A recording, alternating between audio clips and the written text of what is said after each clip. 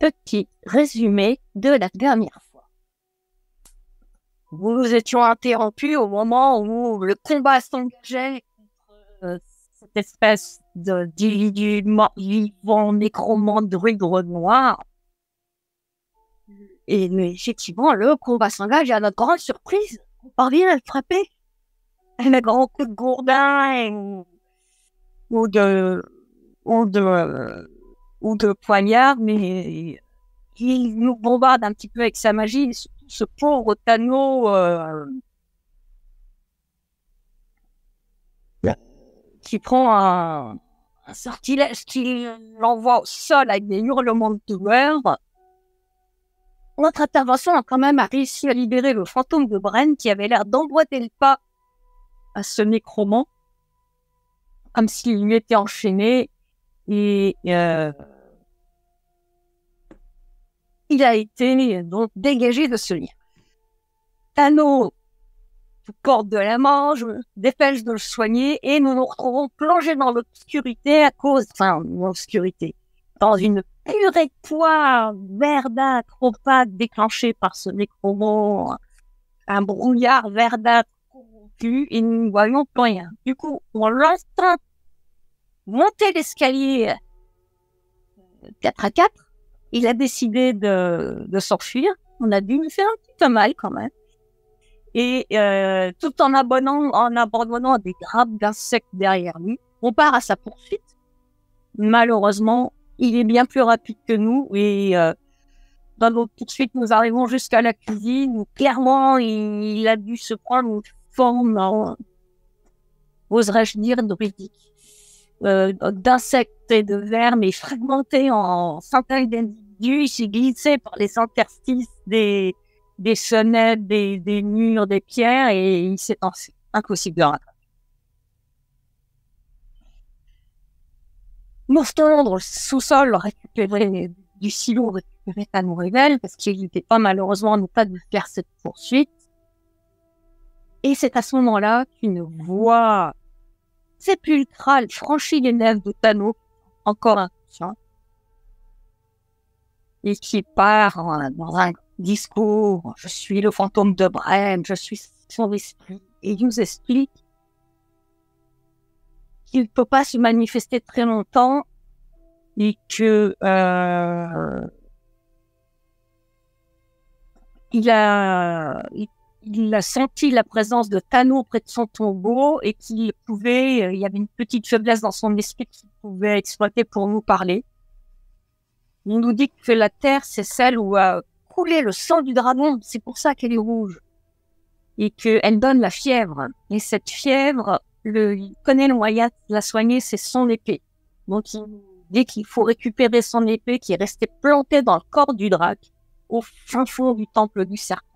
Et elle pourra sauver tous les hommes contaminés par le sang du dragon.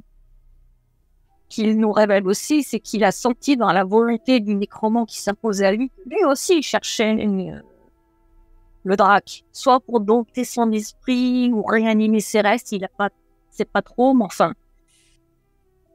Ce qui est rassurant, c'est qu'il nous dit que quand nous arriverons au temple, si nous y allons, il pourra à nouveau se manifester par l'intermédiaire de Tano Rivel et il pourra nous guider. Malheureusement, il n'a pas les défenses d'antan, il connaît pas la magie du nécromant, mais il a quand même repéré un point faible, c'est qu'il doit être sous forme humaine pour lancer ses sorts. Donc il nous recommande de barricader le silo et de nous dépêcher de rejoindre le temple. Quand on sera près de son épée, il sera appelé, il ne sera plus présent ici, donc il ne sera plus en danger. Et on dit que nos ennemis sont nombreux. Maintenant, un petit conseil dans la chambre de Tano Rivel. Pendant qu'on essaie de traiter sa fièvre, on décide de parler à Klaus le lendemain matin de tout ce qui s'est passé et de partir rapidement. Le lendemain matin, Klaus est d'abord incrédule, on dit que nous avons abusé de l'eau de vie Mirabelle. Puis finalement, il se laisse convaincre, il est inquiet, et puis il finit par nous reprocher de partir, de le laisser tout seul dans les problèmes, et là, Tano Rivel a un sursaut de fierté, il s'emporte et il fait un discours émouvant à son père, en disant qu'il prend ses responsabilités et que son père ne fait que se plaindre. Pour le moment, on a fait plein de choses pour l'auberge et qu'il faudrait qu'il accepte un peu ce qui se passe. Bon, Klaus tire un peu la tête, mais il accepte la situation, il s'en va bougon, inquiet. Bon. Nous avons tous été très, comment dire, très impressionnés par ce discours de Tano Rivel. Une grande maturité. Ensuite, il est temps de s'organiser pour notre départ, de faire quelques achats, poursuivre dans les bois et dans un temple dont personne n'est jamais revenu, et de nous organiser un peu. Merci, Rilke, pour ce petit résumé fort complet. Effectivement, il est temps de vous organiser. Nous sommes le 18 du mois du grain et la journée va être consacrée, si j'ai bien compris, aux préparatifs vers ce temple à sinistre réputation. Vous vous souvenez des derniers qui y sont allés, hein, les fameux aventuriers, avec un A majuscule, qui étaient assurément expérimentés dans la matière, et d'eux, plus aucune trace. Et qui s'était entretenu avec le vieux Fenu, aka le nécromant. Effectivement. Est-ce que ça leur a apporté chance, malchance ? Vous l'avez rencontré vous aussi récemment. Est-ce que ça vous portera chance, malchance ? Quoi qu'il en soit, au cours de cette journée du 18, j'aimerais recueillir vos envies de préparatifs et en faire un petit tour de table virtuelle en commençant par Tano Rivel. Eh bien, après avoir passé une bonne partie de la soirée à préparer la charrette avec tout le matériel que tout le monde pourrait avoir besoin, bien le matin, Tano est, si on peut dire, frais et dispo. En tout cas, très, très excité à l'idée de partir. Même s'il est quand même chagriné de ce qui s'est passé la veille avec son père. Et c'est avec excitation qu'il va titiller Sig de bon matin pour aller faire des courses. Parce qu'en fait, il a besoin d'une nouvelle armure. Alors, peut-être que sa bonne humeur matinale sera un peu perturbée par sa fièvre. Car ce matin, il a une belle migraine. Ça s'était un peu dissipé dans la soirée, mais elle est de retour et sans doute qu'elle lui a même causé quelques cauchemars au matin. Il s'est peut-être vu déjà au temple du serpent, ou je ne sais pas quel type de cauchemar pourrait faire Tano à la veille de ce grand départ, et après avoir rencontré un nécromant ou un druide maléfique. Sa nuit a été fortement peuplée de morts-vivants. Dans des labyrinthes obscurs, dans des couloirs où il était totalement perdu et séparé des autres. Et cerné par des hordes d'aventuriers morts-vivants. Et donc au matin, en fait, tu as cette fièvre qui globalement va quand même obscurcir tes pensées. Et peut-être ta bonne humeur. Sans doute pas. Sûrement. Sûrement. Mais en tout cas, il lui faut une armure d'écuyer paladin. Très bien. Je passe la parole à Sig, du coup. Sig, elle est un petit peu fatiguée parce qu'elle avait demandé quand même toutes ses connaissances, les différents ingrédients pour ses potions qu'elle a réussi à faire, mais du coup, elle n'a pas beaucoup dormi.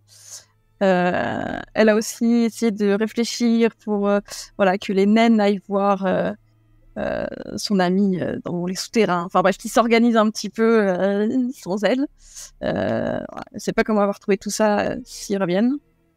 Mais voilà, elle aurait essayé de glisser 2-3 mots, donc elle n'a pas beaucoup dormi en fait. Et du coup, elle voit un Tano qui essaye d'être enjoué et en même temps fiévreux du coup. Et qui veut apparemment une armure d'écuyer paladin.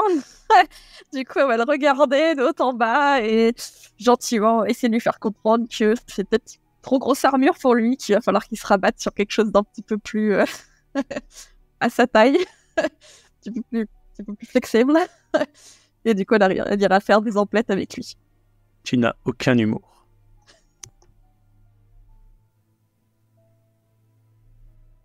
Très bien. Pendant que Sig et Tanorivel, Sig sans humour et Tanorivel fiévreux vont au hall pour faire quelques emplettes, Rilke, que fais-tu? Mais je vais aussi aller au hall pour faire quelques emplettes parce que mon sac à dos avec mon nécessaire de voyage connu de meilleurs jours, puisque c'est celui qui date de mon départ du Norlande. Donc, je vais racheter un équipement neuf. Je vais aussi faire l'emplette d'une armure un peu meilleure. Je prends une armure de peau et de fourrure. Quelques petites choses qui nous seront utiles. Et ma foi, je vais entrer et passer un petit peu de temps avec Signe. Je suis pas sûre de revenir de cette expédition, donc je veux passer un bon moment avec ma fille. Très bien. Les dernières fleurs qui sont encore là permettent à Signe de supporter sa maladie, peut-être même qu'elle est guérie. En tout cas, faut dire elle profite de ces techniques d'herboriste dont je crois, Tobias, vous avez fait l'enseignement. Et, oui. Et donc, la journée du 18 s'effectue avec ces achats, ces derniers moments sociaux, familiaux, avant que vous couchiez ou pas, à vous de me dire, sachant que le départ est prévu le lendemain. Rob est plutôt enjoué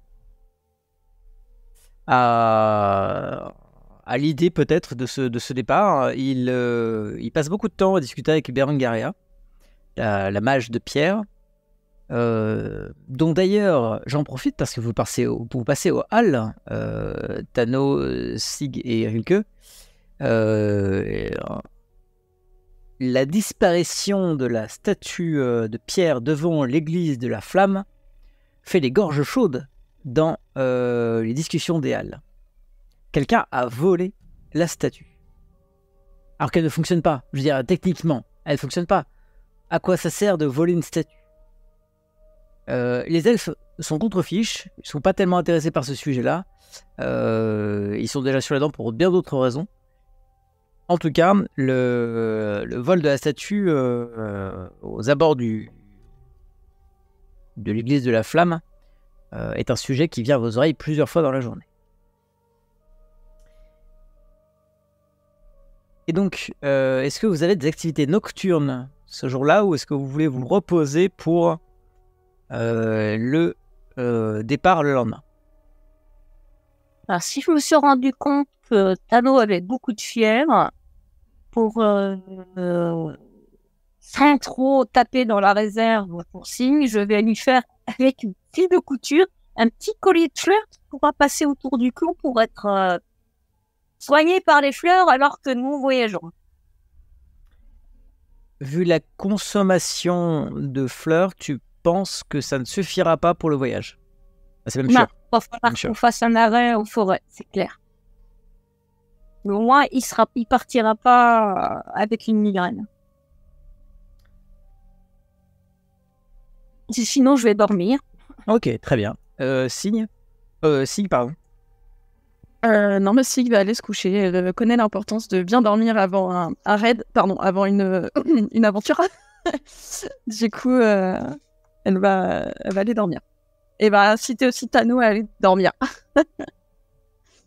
Tano, de ton côté? Tano, il ira dormir 3 minutes. Dès que Sig sera retourné se coucher au sous-sol. Et après, il va tenter de rentrer à nouveau en communication avec le fantôme de Bren. Toute la nuit, sinon pas toute la nuit, mais il va essayer de se mettre en sorte de méditation, symbiose, étant donné qu'il est persuadé qu'il est devenu l'avatar de Saint-Bren, et que du coup maintenant ils ont un lien indéfectible. Donc voilà, il va essayer de guérir son courage, sa vaillance et son expérience. Voilà, donc il va se mettre à prier une partie de la nuit, et puis quand il sera trop épuisé, il va aller dormir. Ça ne devrait pas durer très longtemps en fait. Ça marche. Bren, peut-être, est trop épuisé. En tout cas, il ne se manifeste pas auprès de toi. Les fleurs que tu as posées... Non, pour l'instant, tu n'as pas posé de fleurs. Si, pour la journée, elle t'a posé des fleurs. Si j'ai bien compris. Un collier de fleurs. Ce qui est vachement masculin pour un apprenti écuyer. Tu le mets sous tes vêtements. Ah, Tu le verras. ça va. Tu me diras merci quand tu verras ta migraine sans worry. Bah après, c'est une sorte d'expiation. C'est moi qui l'ai voulu, cette migraine. Je peux m'en prendre qu'à moi-même. Mais merci quand même.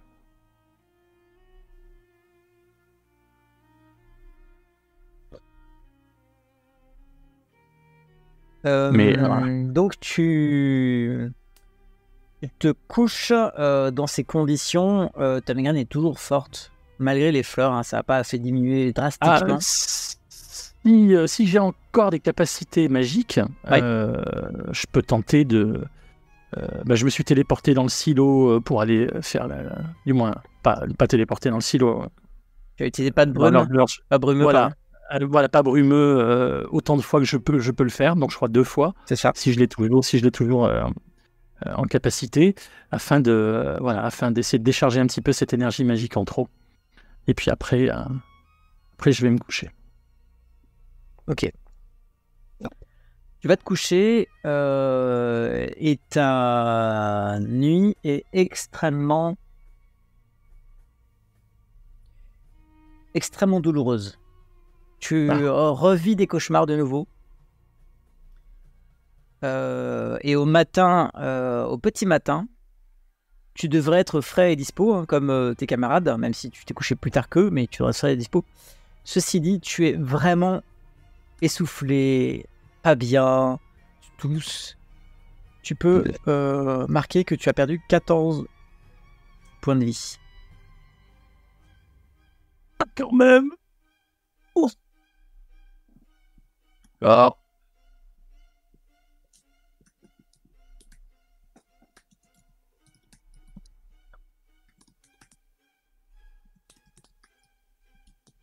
Et ça se traduit, alors t'es pas mourant, t'as pas une séquelle, etc. T'es pas dans tes... Je rappelle que les points de vie à Donjons Dragons, il faut que tu atteignes les 0 pour commencer à souffrir vraiment et risquer la mort.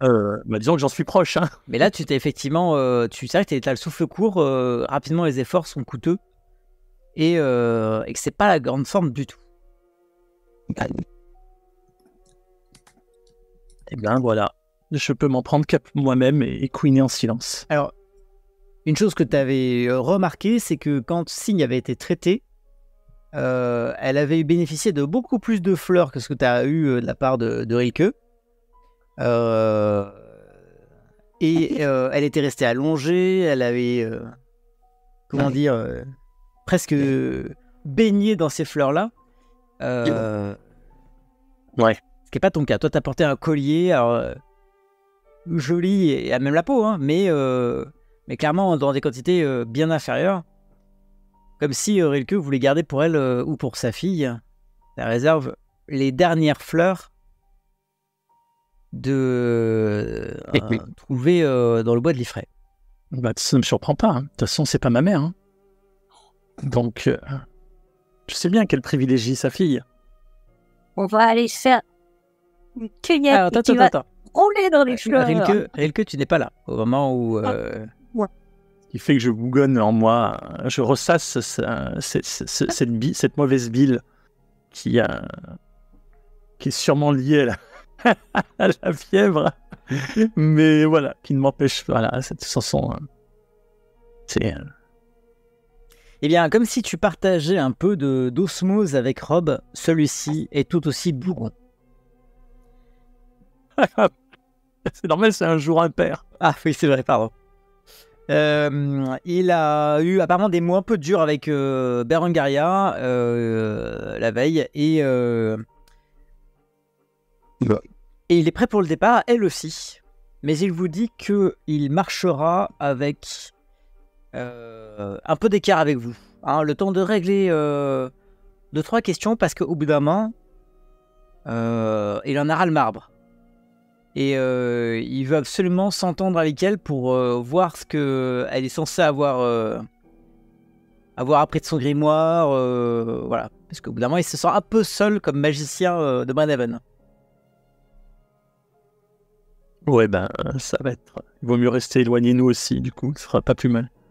Tout à fait, les boules de feu pourraient partir vite. Et donc, vous voici prêt ou quasiment à quitter la ville. Ça fait longtemps que vous ne l'avez pas quitté. La dernière fois, c'était pour aller justement au bois de Liffrey et au cercle de pierre. Vous partez avec des animaux, avec une carriole. Bah, du coup, comme on a quelques trucs à cacher, dont un peu d'équipement de Tano, on fait comme on a dit, on part avec la carriole et avec le petit commis qui retournera à l'auberge avec une fois qu'il nous aura déposé près du bois de Liffrey, je suppose. Ok. Pour aller chercher des fleurs. Très bien, donc c'est qu'avec Albert que vous partez et vous allez tout d'abord passer la porte de garde de la ville. On va se rendre sur la carte de Brenhaven. C'est ici la seule porte au sud de Brenhaven qu'il faut passer. Une porte qui est évidemment très surveillée, d'autant plus avec les elfes qui sont très vigilants depuis les derniers incidents dont ils ont été victimes.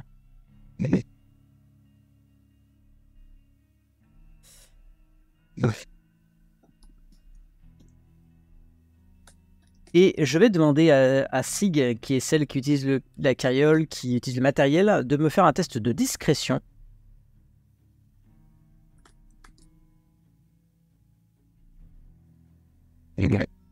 Pour échapper à la surveillance de tout ce monde-là.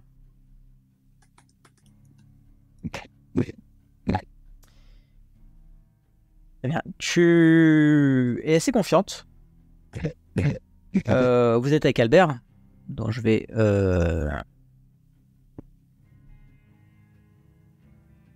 afficher le portrait. Vous êtes avec Albert, qui lui a bien compris que vous allez faire un truc, mais qu'il ne regardait pas. Et qu'il allait devoir ramener la carriole après que vous ayez fini de faire de la récolte d'herbes pour la cuisine. Malheureusement, alors que vous êtes en train de vous faire fouiller à la porte, l'un des elfes présents commence à parler en elfique à ses camarades. Il est sur la carriole et il fouine un peu trop près, Sig, de l'endroit où tu as la planque, sous une planche qui se déboîte. Et il se relève, regarde les compagnons qui sont assemblés. Je considère que Rob n'est pas là, Berengaria non plus, ils ne sont pas partis en même temps que vous, ils partiront plus tard. Vous êtes donc 4 avec Albert. Il vous observe les uns les autres et il persifle en elfique que tu comprends, Tano Rivel. Il bloquez-les, ce sont des contrebandiers.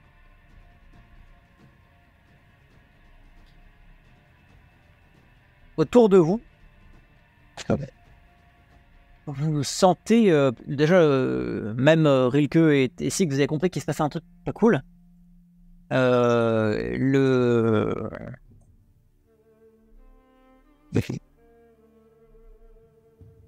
Les elfes vous encerclent, arme à la main.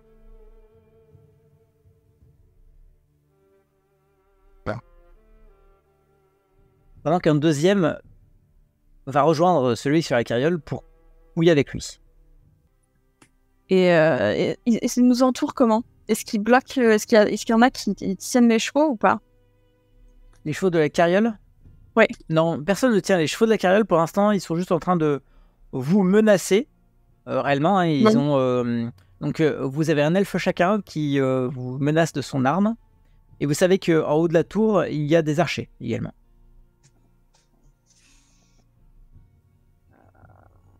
Il y a à la fois le guet et l'armée qui sont présents.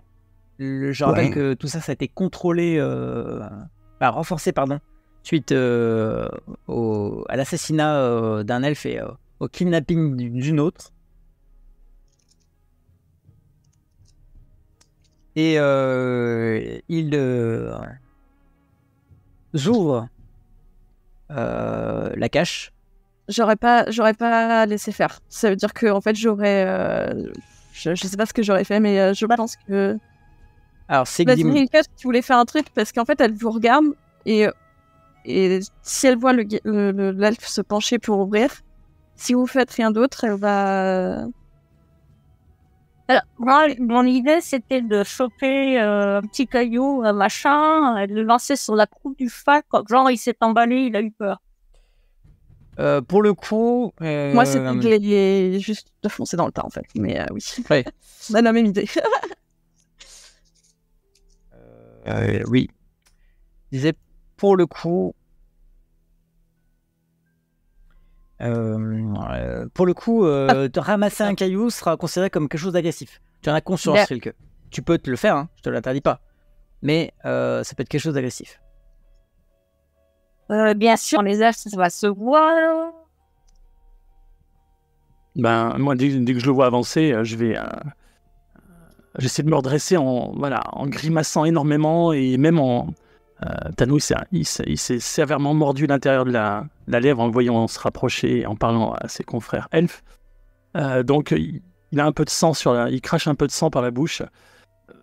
Mon oncle Tarivel m'a demandé d'aller en forêt. Je suis malade. Faut que je me ressource dans les bois. Je suis pas digne pour la sylve. Je me mets à cracher du sang. Si possible, un petit peu sur lui. Sur l'elfe qui est en face de toi, c'est ça? Ouais. Il fait un mouvement vif pour... De toute façon, il voit bien à ta tête de déterrer qu'il y a un problème. Oh là. Fais-moi un test de tromperie avec avantage. Ton mal-être matinal, ta fièvre participe de cet avantage. Eh bien, ça va me servir. Alors, juste une précision. En cas d'échec, il est évident que la situation dégénérera. Bon, je vais le mettre visible pour tout le monde. Comme ça, croisons les doigts. Oh putain. Si on est passé pas loin du 20. Mais ce ne sera pas 20. Par contre, ta tentative de le convaincre, elle l'est vaine. Et il t'attrape par le callback et te parle en elfe. Menteur, tu t'expliqueras devant ton oncle. Et te repousse vers le chariot. Bien. Et donc nous sommes à la porte du guet, la porte basse de Brenhaven, la seule porte par laquelle il faut passer. Et le contrôle se passe mal. Je te le disais, Tano Evel, tu es repoussé vers les chevaux par l'épéiste, le soldat à l'entrée. Et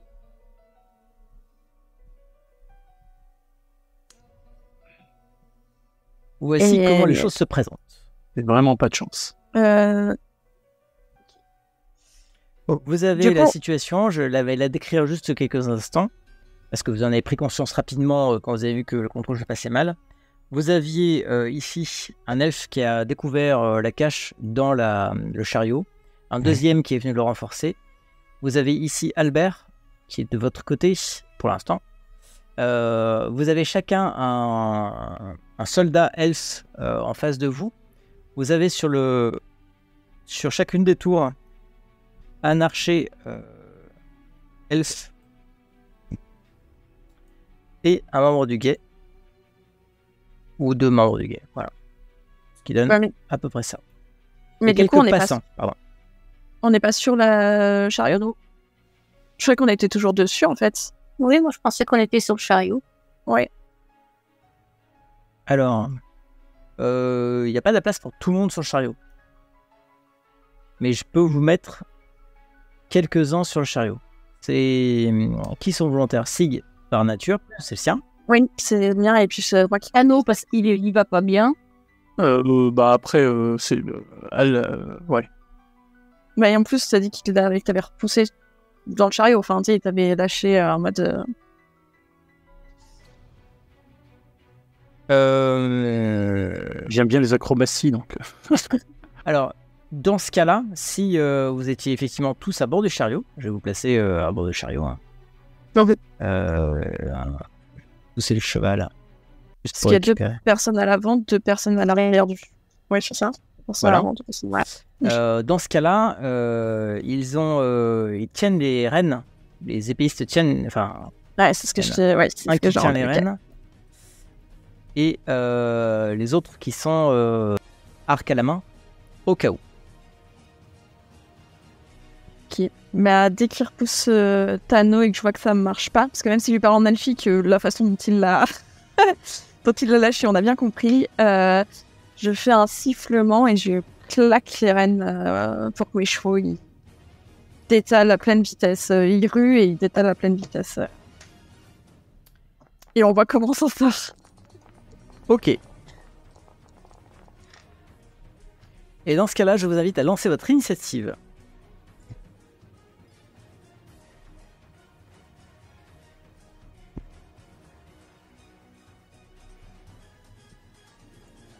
Mon Dieu, le monde.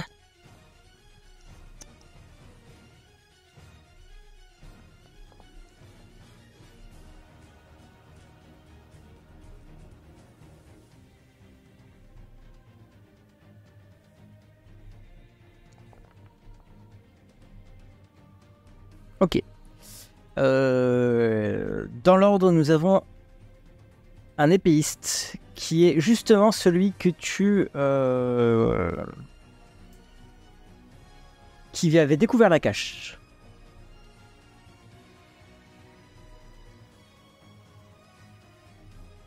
Hop. Il a pas d'épée sortie, il a l'épée au côté. Il est en train de découvrir. Donc il est très intéressé par ce qu'il regarde. Il est en train de découvrir une cape planquée, une cape faite de soie de vermille. Qu'il reconnaît fort bien d'ailleurs. Mais en tout cas, il est très observant pardon, de cette cape et c'est à peu près la seule chose qui l'intéresse. Derrière, il y a un archer qui vous surveille et qui retient son action.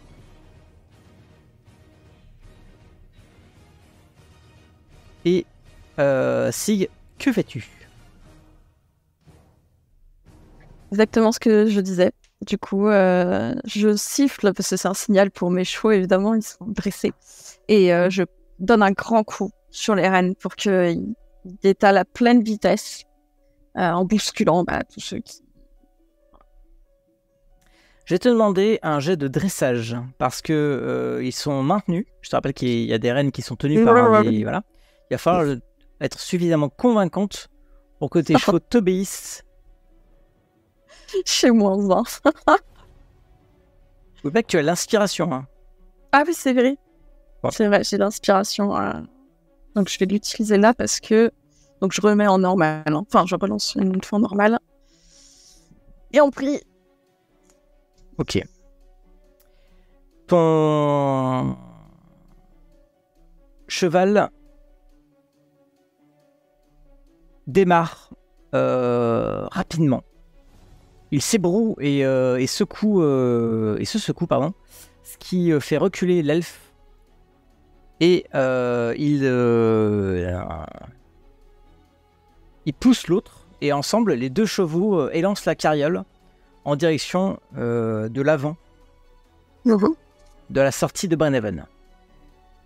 Ce qui donne quand même le temps à l'archer qui se trouve sur le mur de décocher une flèche.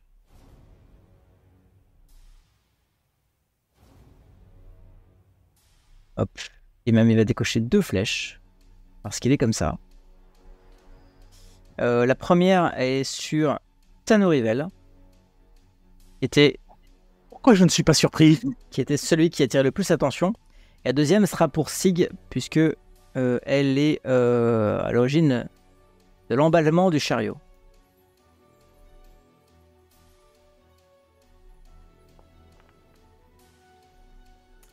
La première pour Tanorivel. Je vous la partage. Allez, réussite critique, comme d'habitude. Exactement.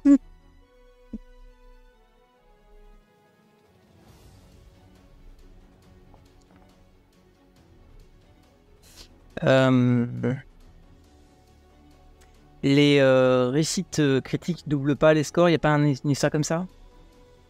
Donc il lance une deuxième fois ses dégâts. Non, c'est doublé, c'est x2. Donc Tano, tu es blessé de 12 points de vie. La flèche s'enfonce dans ton dos, t'arrachant un hurlement de douleur.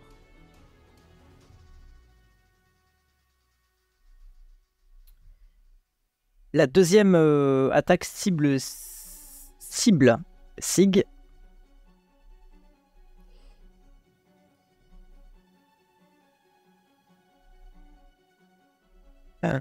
Hop.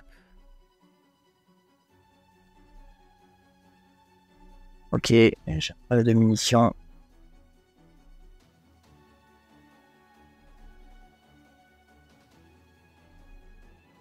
Ce genre de manœuvre, ça s'appelle brûler ses vaisseaux.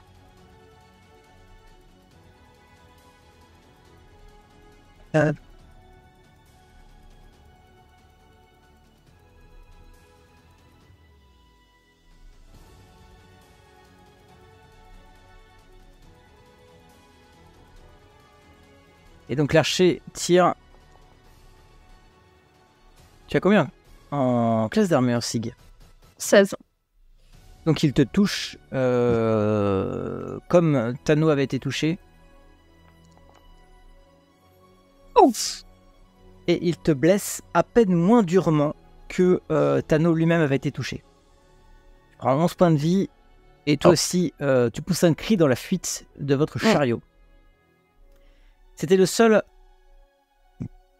à pouvoir agir avant que le chariot ne prenne la fuite. Aussitôt que vous ayez quitté l'enceinte de la porte, la foule de soldats se jette à votre poursuite, mais à pied, ils ne parviennent pas à vous rattraper. Est-ce qu'on arrive à éjecter les... Ouais. Tu dis, pardon? Est-ce qu'on arrive à éjecter du coup les deux qui sont sur le chariot? Est-ce qu'ils ont été déséquilibrés ou pas? Alors, s'ils vont faire un test, tout simplement, pour savoir s'ils ont été déséquilibrés. On va faire un test d'athlétisme.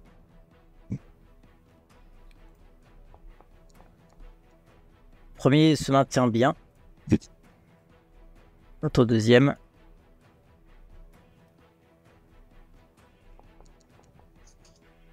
Le deuxième aussi. Pour l'instant, elles se maintiennent en tout cas. Donc je vais retirer les...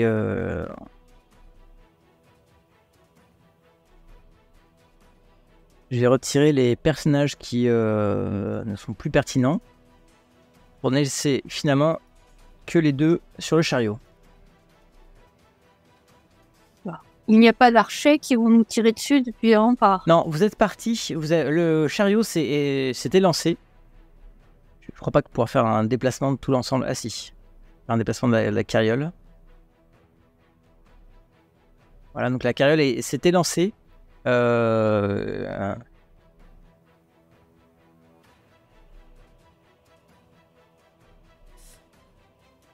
Et donc vous n'êtes maintenant en confrontation qu'avec deux épices. Thanos, c'est à toi. Eh bien, vengeance.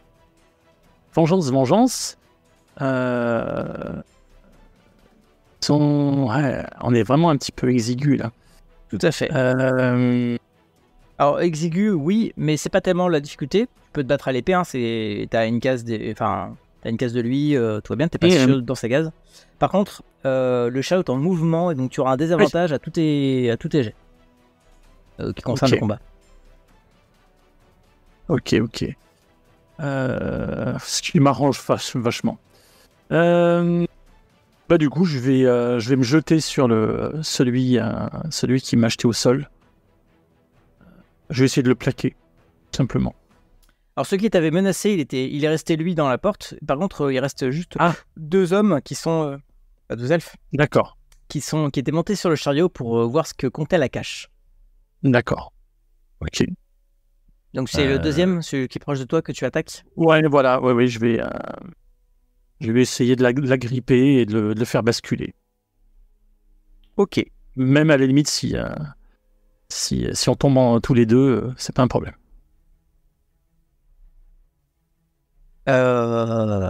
Très bien. Tu commences à la gripper. Pour le faire tomber. Et donc, c'est une manœuvre de bousculade. Je crains que Sig ne m'ait pas appris ça. Tu vas porter une attaque au corps à corps. Comme tu ferais une attaque, sans compter ton arme, mais c'est une attaque, je sais pas si tu as les mains. Techniquement, c'est de la force, c'est d'athlétisme en fait. Oui. Tu fasses un jet d'athlétisme. Tout à fait. Ok. Alors techniquement, normalement, ton bonus de maîtrise devrait compter pour ce test. Or, un test d'athlétisme, le bonus de maîtrise compte pas forcément. Si, elle est maîtrisée en plus chez lui. Si. Ok. Donc tu fais un test. Avec athlétisme avec des avantages. Avec des avantages, tout à fait. C'était en plein. Le chariot est instable. Et du coup, si j'utilise mon avantage, ça le neutralise mon inspiration. Tout à fait. Mais ouais, c'est dommage de le gaspiller, mais c'est quand même important. Lui il va faire un test d'athlétisme aussi, avec des avantages, en confrontation du tien. D'accord, j'ai aucune chance, mais je vais quand même utiliser mon inspiration, parce que ils m'ont vraiment mis très en colère.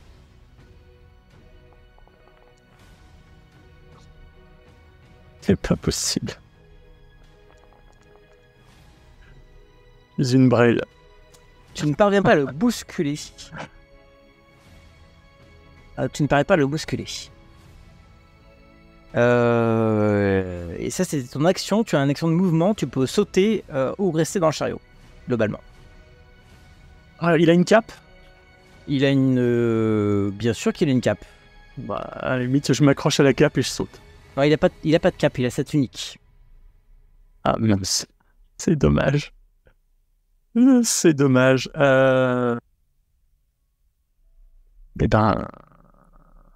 Pour mon mouvement, si je peux pas sauter avec lui, ça n'a pas d'intérêt. Donc je reste voilà. là. Ok. Je reste là. Elke, c'est à toi. Avec ma grande force, je vais pas essayer de le pousser, je n'y arriverai pas. Par contre, je vais essayer de le mettre en état de garder difficilement mon équilibre. Je prends mon bâton et je vais essayer de lui donner un grand coup sur les orteils. Ok. Pour un réflexe qui lève le pied. Ça marche. Eh bien, fais ton test d'attaque avec ton bâton.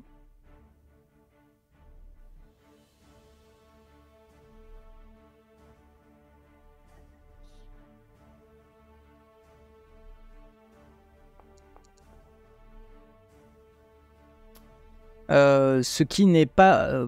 en plus, clairement, tu avais un désavantage qu'on n'a pas compté là, mais parce que tu combats sur un chariot en mouvement. Ouais. Et là, pour le coup, tu ne le touches pas. En fait, il reste vif. Et tu ne parais pas le toucher. Une action de mouvement ou on passe à Albert ? Oui, essayer de lui attraper les chevilles, c'est une attaque, donc... Oui. Je vais rester là. Tu vas rester là. Si je vois pas d'archers qui vont nous tirer dessus... Non, là, vous êtes éloigné, hein.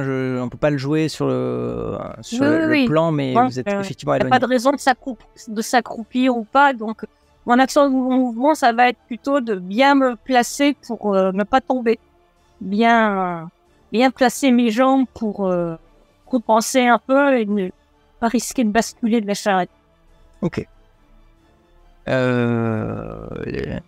C'est à Albert qui, lui, est recroquevillé dans le chariot, se laissant trimballer sans vraiment comprendre ce qui lui arrive. Le visage est horrifié.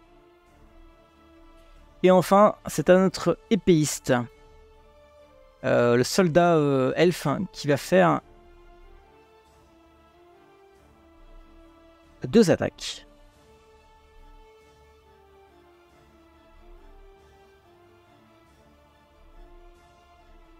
Il va faire 2 attaques. La première contre Tano, la deuxième contre Rilke, qui s'attaque à celui qui l'ont attaqué.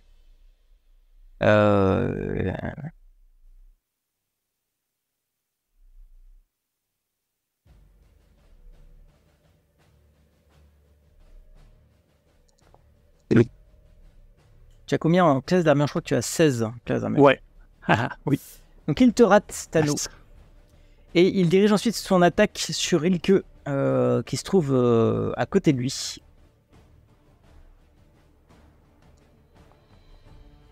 Ah, cette fois-ci, Rilke aura du mal à échapper à ça.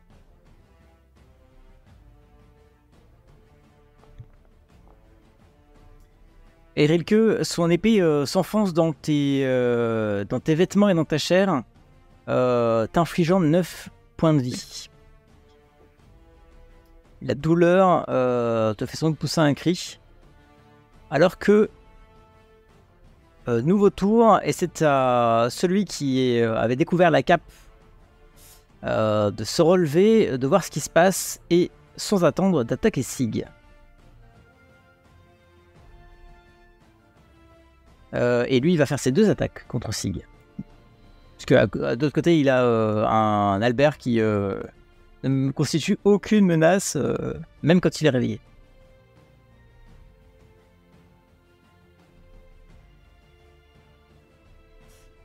Hop, sa première attaque.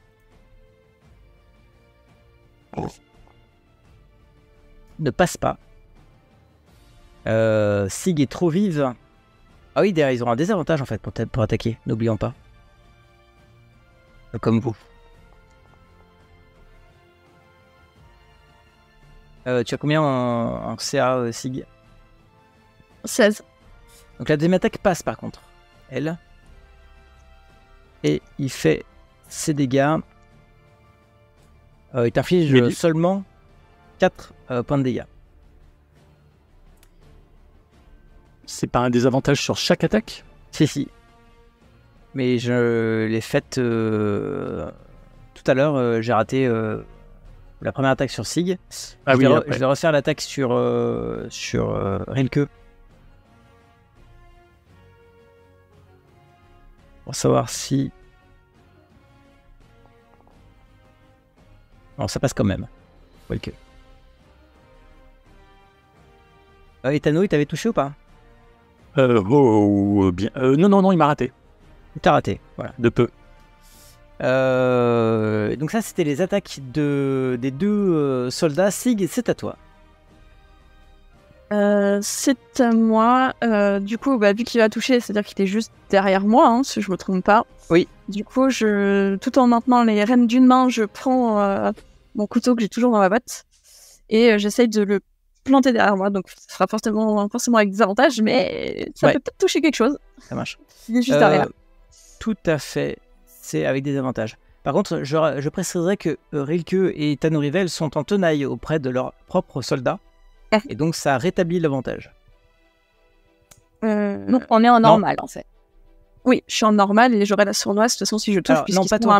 Toi, toi, tu es la seule à combattre ton adversaire. Oui, non, mais ce que je veux dire, c'est que eux-mêmes sont. Il y a Albert qui est un allié, qui est pas. Mais il est pas au combat, Albert. Et non, Tano aussi. Il a une case normalement de. Mais Tano, il s'attaque pas à ton elfe à toi. Oui, mais il me semble que ça n'a pas d'importance. Du D'accord. moment qu'un allié est à moins de 1m50, enfin en gros encore Ah, moins d'accord. d'1 mètre. Ok. Ça fonctionne s'il n'est pas évanoui, s'il n'est pas déjà à terre, etc. Ça marche. Donc en fait, plus personne n'a de désavantage. Non, j'ai toujours un désavantage, c'est juste que j'aurai la sournoise. Ok. La sournoise fonctionne dans ce cas-là, même quand Ok, tu n'as très bien. pas d'avantage. Ça marche. Donc il faut quand même que je touche. Allez, petit gars, allez, on y croit. Hop. Mince, je l'ai mal cliqué. Excuse-moi, je recommence. Hop. Dommage. Enfin, quoique. Non, comme quoi. Tu nous fais 2 20 d'affilée. Malheureusement, c'était avec des avantages. Et ça ne passe pas. Dommage. De toute façon, en action bonus, là, ça se pose là. Hein, Oui, je suis sur un chariot. c'est ça. Non, du coup, je vois que ça passe pas, donc je continue à regarder droit devant et à maintenir la cadence. Ok. Tanurivel. Eh bien, je vais le frapper à coup de dague. Ok. Eh bien, vas-y. Du coup, j'ai pas trop suivi cette histoire de. Donc c'est juste que tu as un désavantage toujours pour toucher, mais par contre, Je pourrais faire une attaque sournoise si si ça touche. passe, tu peux faire une sournoise. D'accord.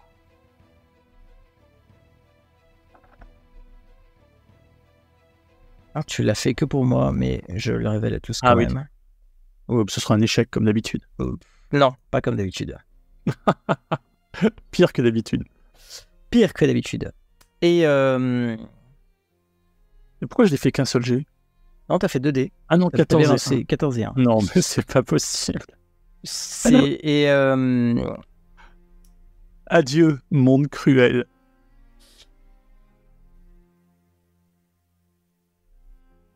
non, tu ne parviens pas à le toucher. Ah bah oui, forcément. Et tu vois derrière lui, au loin, la porte de Brenhaven.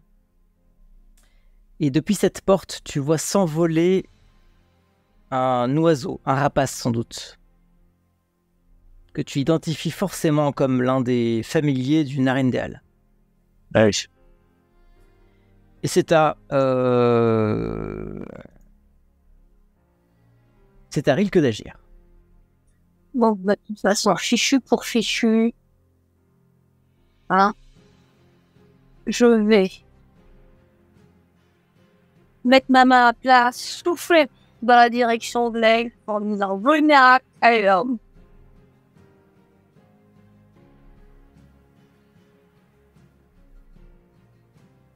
Donc, je lui envoie une bouffée de poison au visage.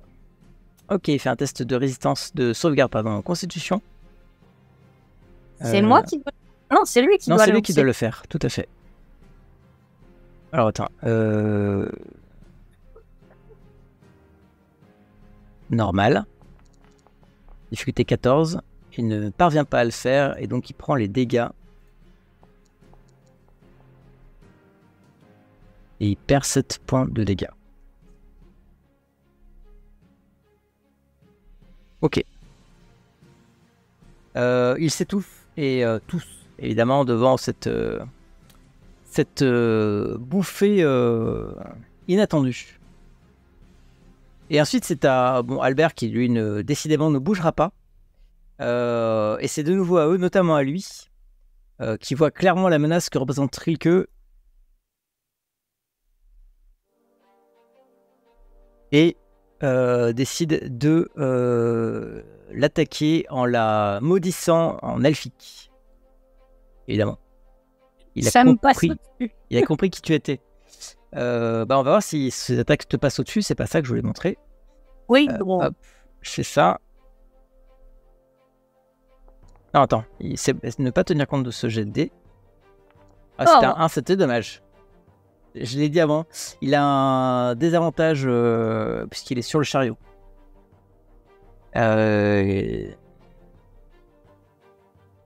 Hop. Attaque. Désavantage.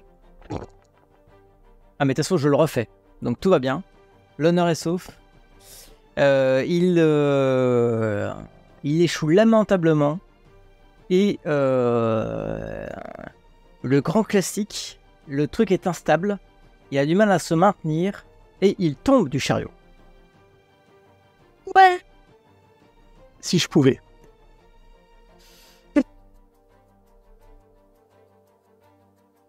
Il tombe du chariot et et donc il fait pas sa deuxième attaque. C'est au seul épéiste cette fois-ci qui reste sur le chariot, qui ne se sont pas spécialement en danger d'ailleurs, et qui attaque Rilke, puisqu'elle attire les foudres maintenant. Et il fait son attaque avec des avantages.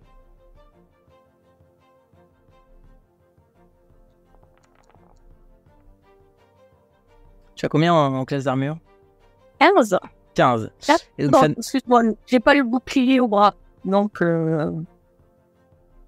ne doit pas être ça. Je déséquipe. 13. 13. Donc il te touche. Et il te fait ses dégâts. Il t'inflige 7 points de dégâts. Son coup porte au niveau de ton épaule et tu sens le sang dégouliner sur tes vêtements.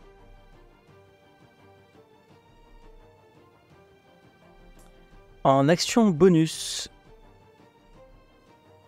il saute il se désengage avec une capacité qui lui permet de le faire sans craindre d'attaque au passage, et il saute du chariot, vous laissant seuls tous les 4 à bord du chariot.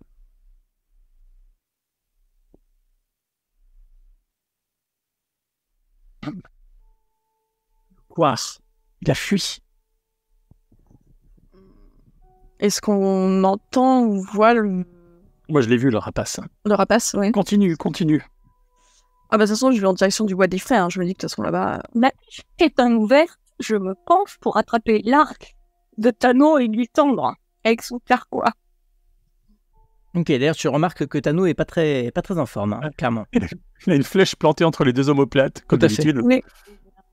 Mais si je fais lui tendre son arc est une action bonus, j'utiliserai une action pour le soigner. On est sorti du mode combat.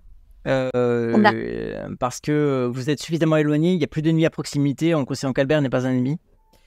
Et vous êtes à brides abattues en train de vous diriger vers le sud, vers le bois de Liffray, que vous rejoignerez quand même en quelques heures. Il n'est pas juste à côté. Et donc tu tends l'arc elfique à Tano. Tu fais autre chose, Rilke? Oui, je lui lance un sort de soin Volnosana. Je t'en prie.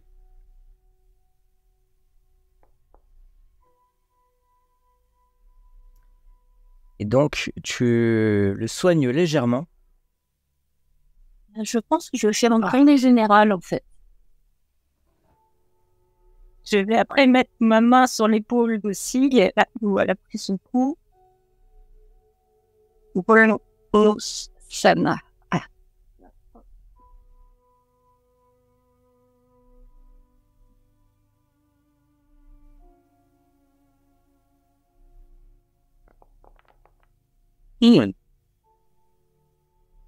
Le soin est un peu plus conséquent grâce à ta magie druidique. Tu resserres, recoules les chairs de Sig.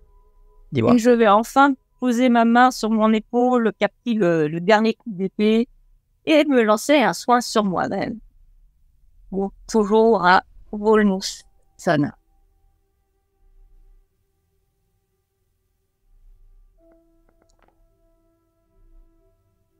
Très bien.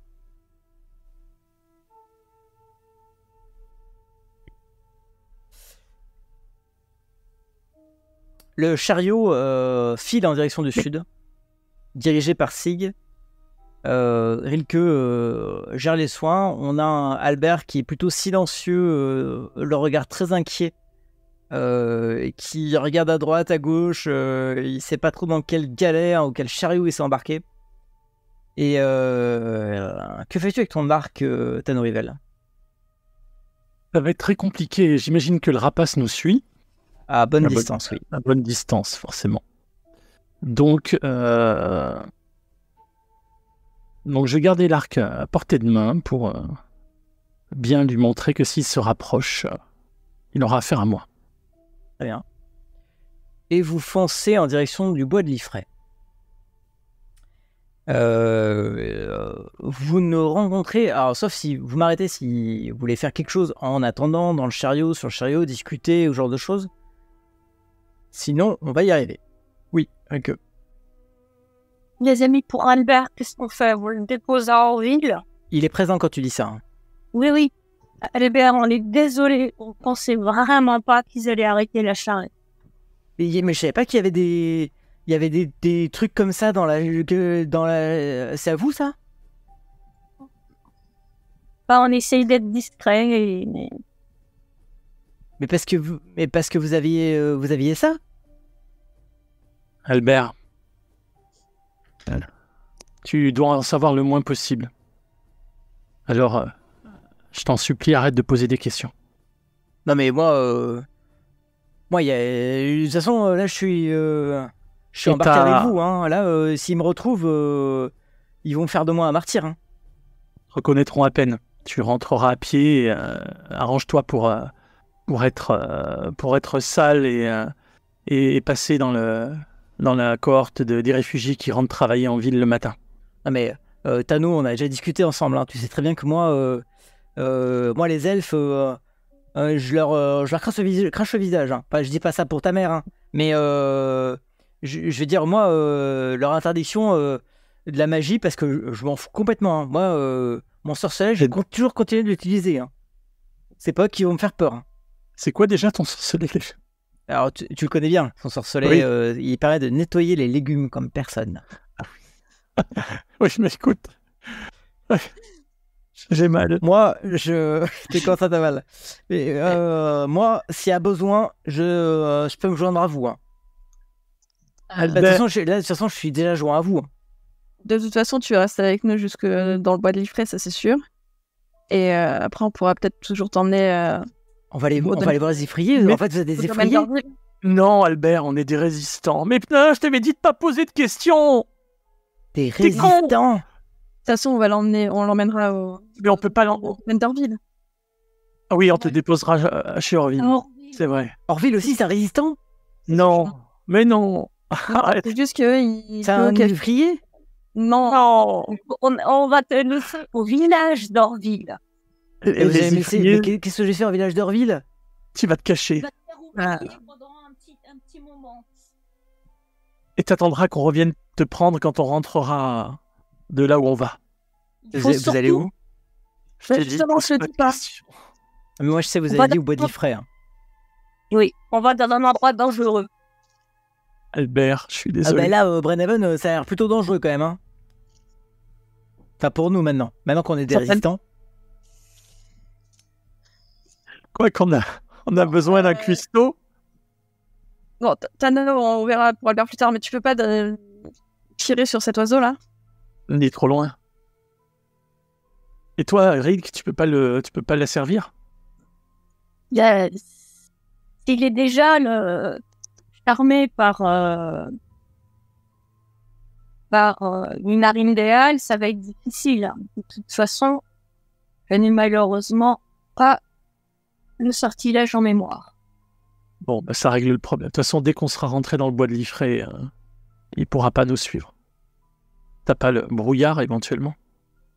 Bah, le brouillard, nous on va progresser, le brouillard, Oui, non, mais quand on rentrera dans le bois de Liffrey, il pourrait masquer notre progression. Dans le bois de Liffrey, de toute façon, on sera sur les frondaisons. Donc, ouais, mais c'est pas dense. S'il veut nous suivre, il faudra qu'il se rapproche à portée d'arc. Le bois, vous le savez, parce que vous l'avez déjà fréquenté une ou deux fois, il est effectivement assez dense. Hein. D'accord. Bon. D'autant plus que vous avez même failli vous y perdre vous-même. Donc il est une cachette idéale pour des résistants tels que les effrayés. Ouais, c'est bien pour ça qu'ils y sont. Ouais, mais le problème, c'est que c'est pas des alliés. Quoi. Et tu dis ça au moment où vous voyez, donc au bout de plusieurs heures, hein, on allonge le temps, on fait une petite ellipse, au moment où vous voyez apparaître les premières cimes d'arbres avant de voir directement le bois et ces arbres étranges.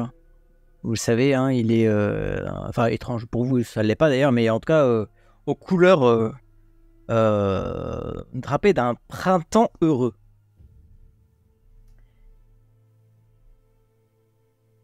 Vous arrivez à la lisière du bois.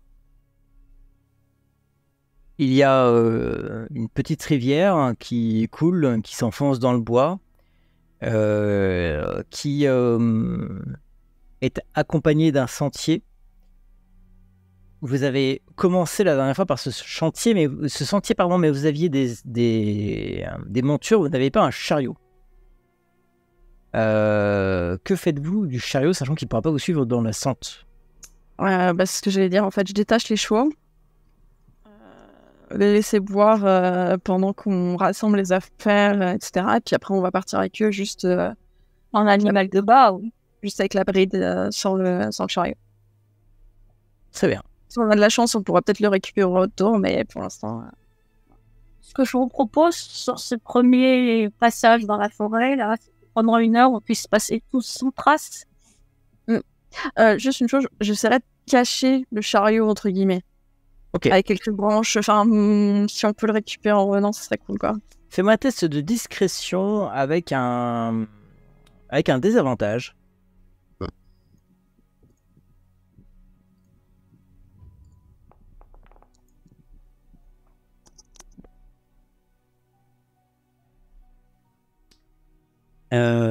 Très bien, donc tu le caches, et il te semble bien caché. Et ensuite vous prenez les montures et, et vous vous enfoncez dans le bois avec Albert à vos côtés. Très bien. Le bois de Liffrey, je l'avais dit, c'est un bois dense dans lequel une sorte de légère brume grisâtre traîne, un peu vaporeuse, ce qui lui donne un aspect un peu lugubre. Vous le savez d'ailleurs, il est un rituel qui consiste à laisser les adolescents en rite de passage vers l'âge adulte, de les laisser ici pour une nuit, pour savoir s'ils vont s'en sortir ou pas dans la vie. Certains d'ailleurs ne sont jamais revenus. Et quand vous enfoncez dans le bois de Liffrey, vous vous rappelez tout cela avec ces arbres un peu torturés, ces branchages et ces racines qui sont hautes, anormalement formées d'ailleurs. Rilke. Dès qu'on s'est éloigné d'une 50aine de mètres de la charrette, je prends une petite poignée de cendre, une brindille, et je pense apparenter la Terna Corpus.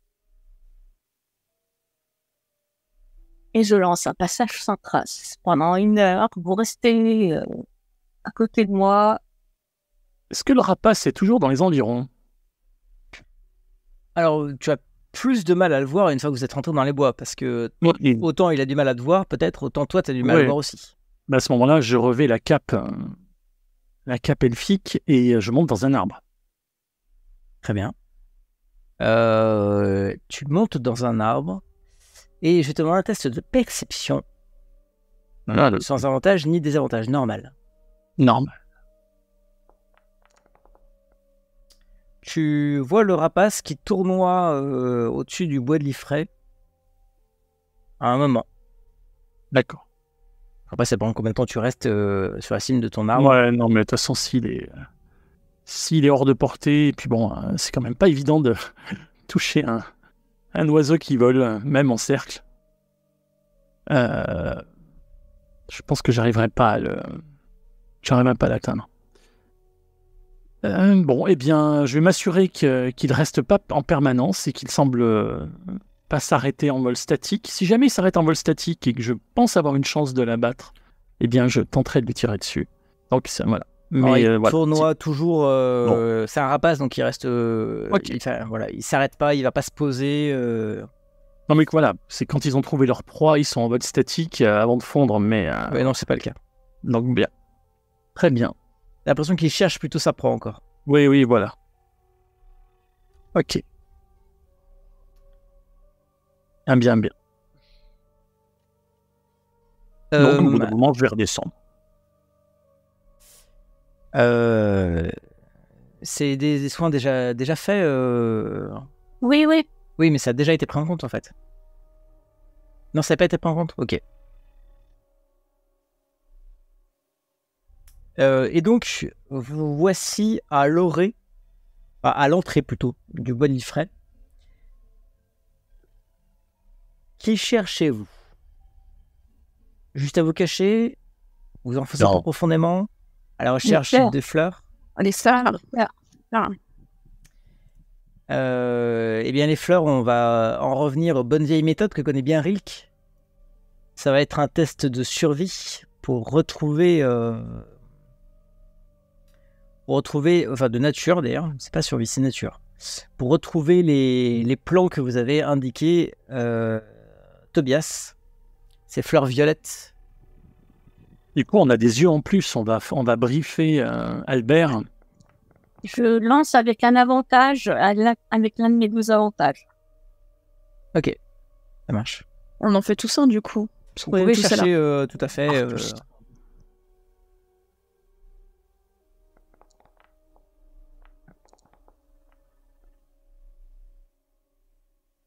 Je vais jeter pour Albert aussi, il n'y a pas de raison.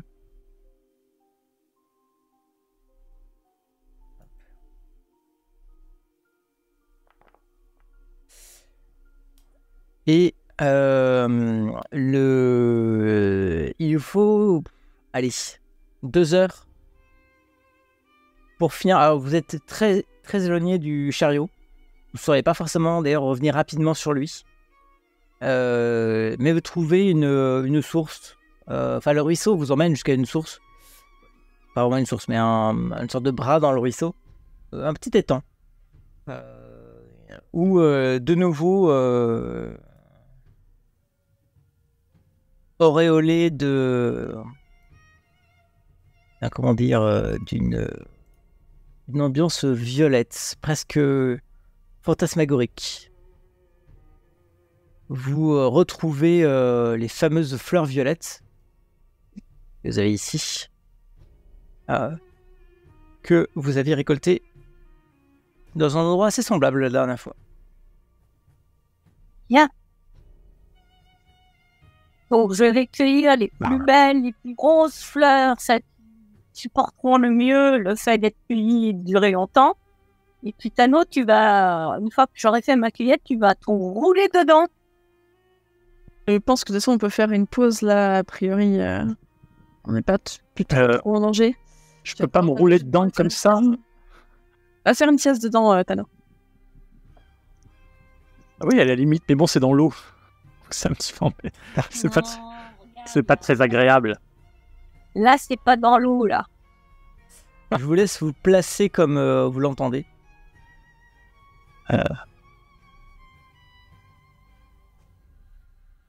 J'ai vraiment pas sommeil, mais... Du coup, je vais tellement fatigué.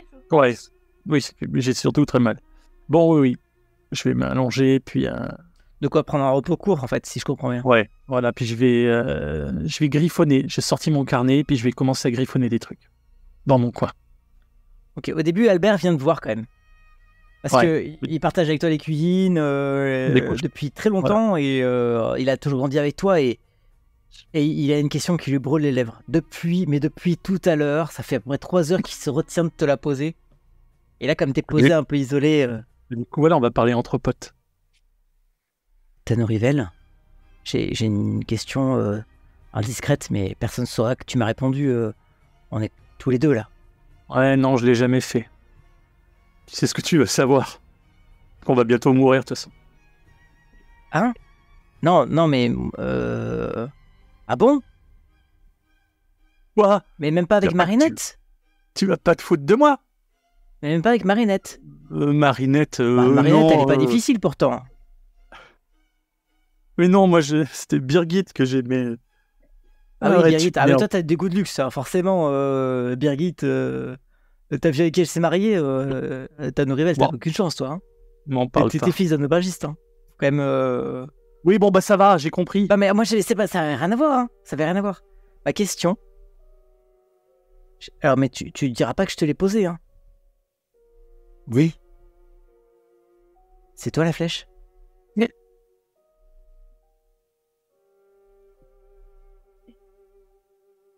La flèche, c'est un lâche. Non, mais Tu ça, sais c'est ce que pourquoi dirait la flèche si on l'interrogeait. Hein. C'est pourquoi? Parce que je lui ai déjà parlé à la flèche. J'ai essayé de le faire se comporter comme un héros. Mais en fait, non. Il veut rester caché. Il veut pas avoir affaire avec nous. Rien avoir affaire avec nous. Il veut s'occuper que de sauver les enfants. Bah oui, Mais c'est il un veut pas résistant. Non. Non, il sauve que les enfants. Bah, c'est déjà pas mal quand même. Ils sauvent les enfants Ouais, de mais- Manavan. Ouais, ils en ont kidnappé combien des enfants, les elfes? Bah, pas mal en fait depuis le temps quand même. Hein. Parce Et- qu'ils récupèrent tous ceux. D'ailleurs. Il les sauve pas tous. Il en sauve quelques-uns. Non, mais il est tout seul. Il a que 2 bras. Hein. Moi, tu me le présentes, je vais les joindre. Hein. Moi, après, s'il faut. Maintenant que je suis résistant, je peux Eh ben, aller. Ah. Parce qu'en plus, moi, j'ai un pouvoir magique. Parce qu'il y en a, leur sort-soleil, il s'est éteint. Et ben moi, j'ai toujours continué à avoir mon sort-soleil. Ça, je vais te le dire Oui. pourquoi. C'est parce que j'ai continué à pratiquer, alors que les autres, ils sont arrêtés. Oui, ben moi aussi je pratique, mais pas pour autant que je suis performant. Mais la flèche, non, je te dis, il veut l'aide de personne. Tu seras déçu, comme moi. Pour ça, maintenant, je le laisse tout seul se débrouiller. J'ai pas besoin de lui. J'ai décidé que on frapperait plus fort sans lui. Et d'ailleurs, on l'a fait. Le griffon qui a été libéré. Haha, c'est qui à ton avis? C'est nous. C'est vous? Et comment ça, le griffon, c'est vous? Mais il faut aller tout en haut de Fort Gristark. Eh ben, Tu vas me dire que c'est vous? bah oui. Ça, c'est nous. Et ça, c'est une action de vrais résistants. Je dis pas que sauver les petits, c'est pas un... Ah, quand même, entre c'est sauver pas important. sauver un volatile à 4 pattes et sauver des gosses, tu m'excuses, mais bon. Un volatile à 4 pattes. Putain, mais Bah, tais-toi, si Cyril qu'elle t'entend, elle va te foutre une raclée. C'est pas un volatile, c'était le symbole, c'est le symbole de la ville. Tu es en train de lui faire une sorte de leçon C'est ça, le son de... d'histoire et de de résistance. blason, d'héraldique même. Et là, je me rends compte que je suis devenu aussi rabat-joie que Rilke et Sig. Peut-être. Et c'est terrible de Mais- vieillir. Tu es vieux maintenant. Je suis vieux et responsable. Pendant que il est en train de faire un cours d'héraldique à Albert, Sig, tu fais quoi? Tu nourris les chevaux, Oui, je m'occupe de mes chevaux et puis je leur dis qu'ils ont été forts, qu'ils ont été bien, que c'était des bons chevaux. Enfin voilà. D'accord. Tu sais qu'ils ne comprennent pas. Hein. Enfin, Mais peut-être que si. Peut-être que si, si en fait. c'est mes chevaux, ils comprennent mes émotions, mes paroles, ils comprennent tout. C'est des Tout à fait. merveilleuses bêtes. Voilà, ils ont très très bien fait leur job. Rilke, tu récupères les fleurs, tu fais attention à cueillir les plus belles, à ne pas les abîmer en les cueillant. Exactement. Et je me marre bien en entendant les exclamations de Tano Rivel. Il a quel âge, le petit Albert? Il a une petite, même pas une vingtaine. D'accord.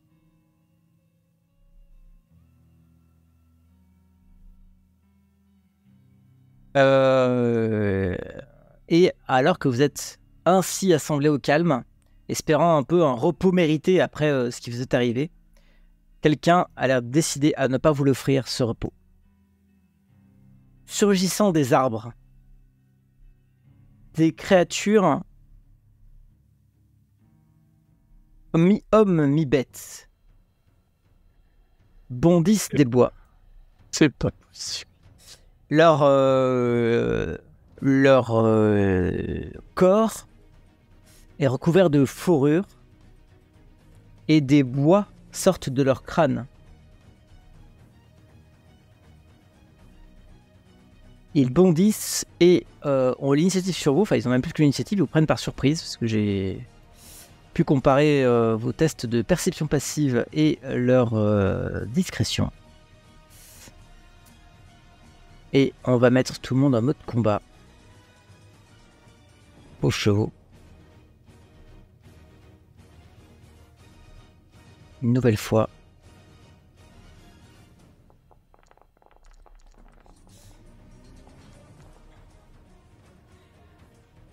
Je vous laisse aller sur l'onglet de rencontre et cliquer sur votre initiative. Mais dans tous les cas, cette initiative ne sera valable que au round 2.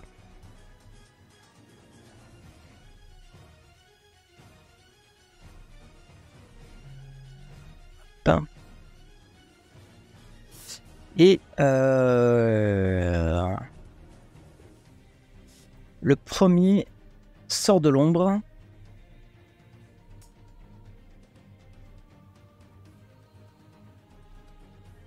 Le premier sort de l'ombre et se jette sur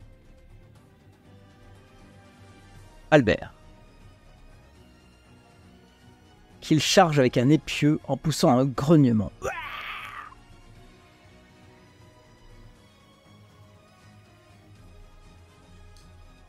Il attaque avec force.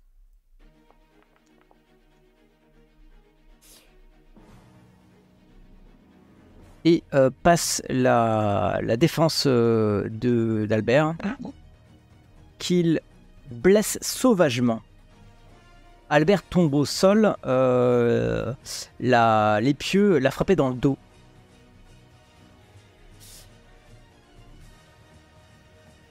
Ça, c'est le premier. Le deuxième, derrière, il fait son mouvement, continue son mouvement pour se coller à toi, Tanorivel. Le deuxième est en bas. Donc il est visible là, vous le voyez normalement. Et il bondit corps à corps avec vous, à part que son épieu, il l'utilise contre le cheval.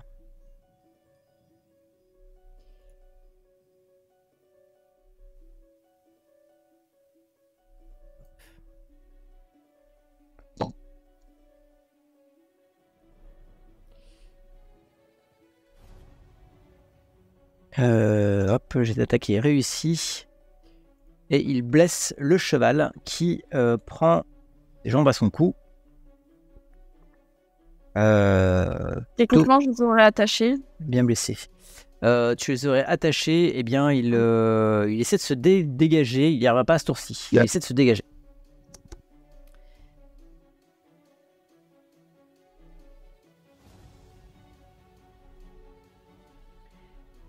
Et c'est au tour du... Hop, hein, c'est au tour de qui? C'est au tour du dernier, qui est tout en haut.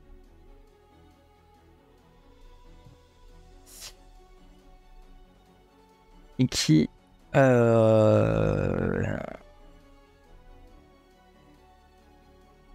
n'arrive pas au corps à corps. Enfin, plus précisément, il arrive au corps à corps, mais s'il ne peut pas attaquer, puisqu'il a couru, et donc il attaquera au prochain tour.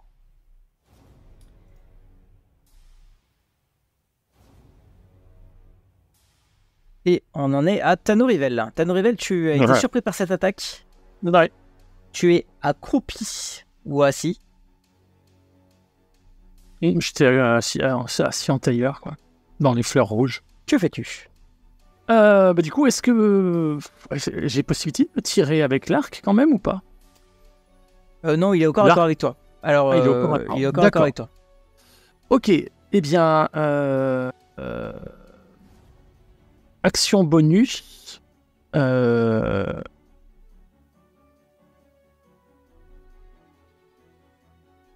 c'est pas. Attends. Les sorts mineurs, ça peut être en action bonus? Alors, non. Tu peux utiliser ton arc si tu le souhaites, mais ton arc n'est pas prêt non plus. Hein. Donc ça te demandera de prendre une action pour préparer ton arc, ce qui n'est pas infaisable. D'accord, parce que pas brumeux, c'est une action. Non, c'est une action bonus. Du coup, si l'arc il est accroché à moi, ou j'imagine que je ne l'ai pas laissé à 10 mètres de moi quand même. Oui, tout à fait. Je considère que tu Donc peux l'avoir avec toi. j'utilise mon action bonus pour me faire réapparaître au sommet du gros champignon, qui est à peu près par là. Pas Bruno, c'est 9 mètres, donc ok, ça marche. Voilà. Et mon action principale, ça va être de saisir mon arc. Ok. Parce que je pense que voilà, je peux pas tirer en même temps. Très bien. Tu t'es placé ainsi, tu as disparu sous ses yeux. Voilà, du coup, je vais profiter de son effet de surprise la prochaine fois. Pour réapparaître, hop. J'espère simplement que le champignon est suffisamment résistant. Mais il me semblait très gros. Hein. Oui, mais il l'est en fait. Quand tu montes dessus, Bon. c'est vite le toit d'une cabane. À bien. C'est à lui d'agir.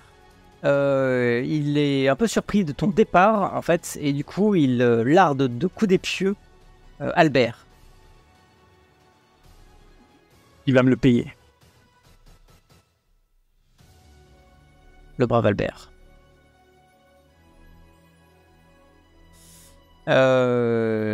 Et ensuite, il va se rapprocher de toi. Voilà. Avec l'intention de sauter. Le deuxième. Le deuxième, c'est celui qui s'est attaqué au cheval. Il se tourne vers toi, Sig, et il t'attaque avec son épieu. Il pousse toujours des grognements énervés. Et maintenant que vous les voyez mieux, en fait, vous demandez si ce sont pas des humains, mais recouverts de peau ou de branches de brindilles, de bois et autre chose comme ça.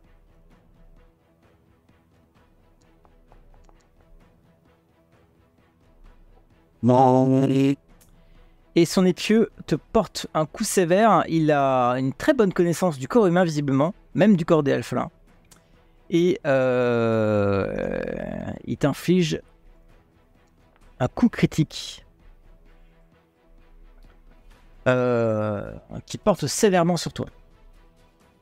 Et qui là aussi t'arrache un cri.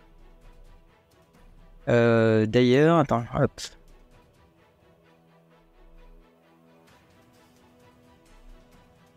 Ok.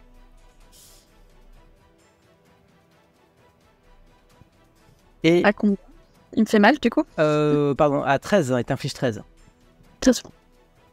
Les jets sont lancés visibles sur le... Ah, c'est pas visible. Pas pour moi. Enfin, Ok. je vois aucun projet. Ça marche.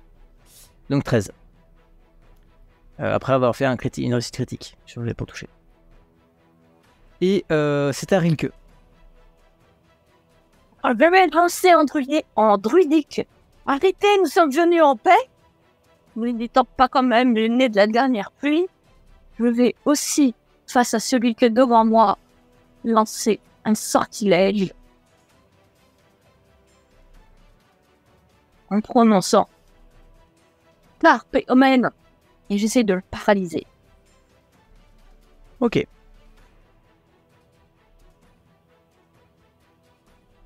Alors, c'est lui, et il va faire son jet de sauvegarde. Un jet de sauvegarde sagesse. Ok, normal.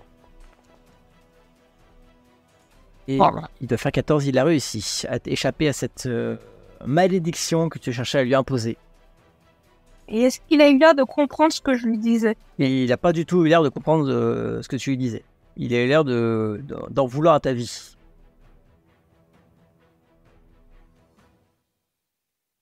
Tu as une action de mouvement, mais si tu quittes son environnement, tu pourras subir une attaque gratuite de sa part. Oui, bah, je vais éviter. Ok.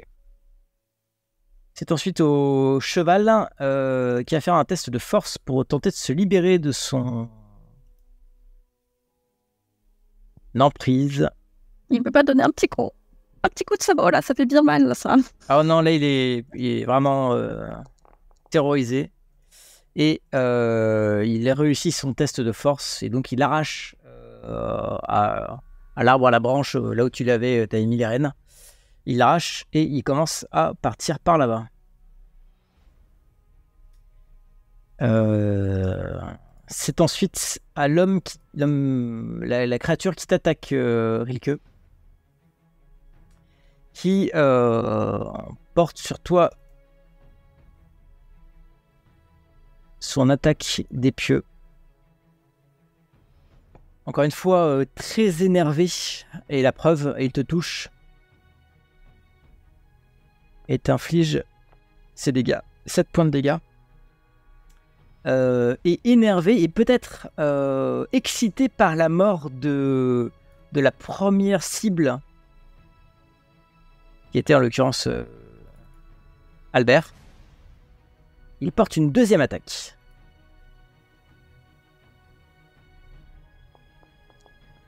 Comment ça, la mort? À la mort.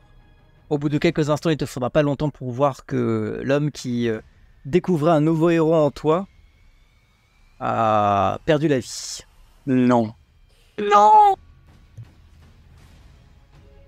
Et sa deuxième attaque te blesse de 8. Non.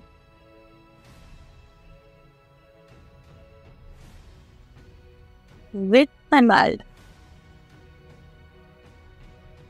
Sig, c'est à toi. Oui, c'est à moi.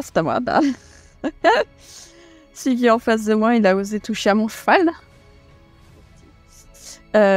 Du coup, je dégaine ma rapière et j'essaie de me défendre comme je peux. Hein. Ok. Fais ton attaque.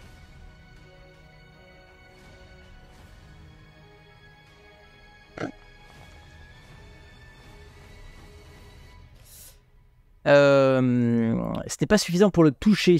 Il est pas très très vif, mais son enrobage de peau, de brindilles, de fourrure gêne ton coup de rapière. Ok. Du coup,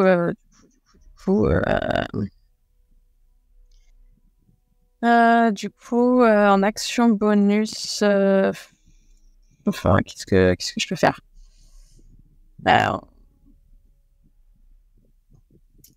En action bonus, je vais lui faire mes gros yeux.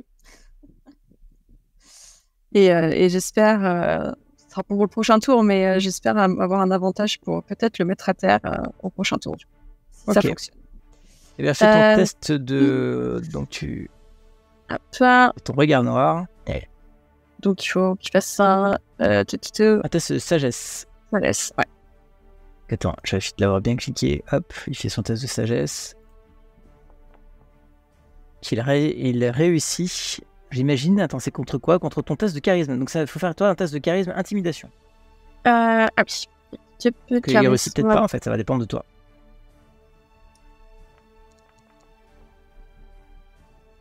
Eh ben, non, je suis bête. Attends.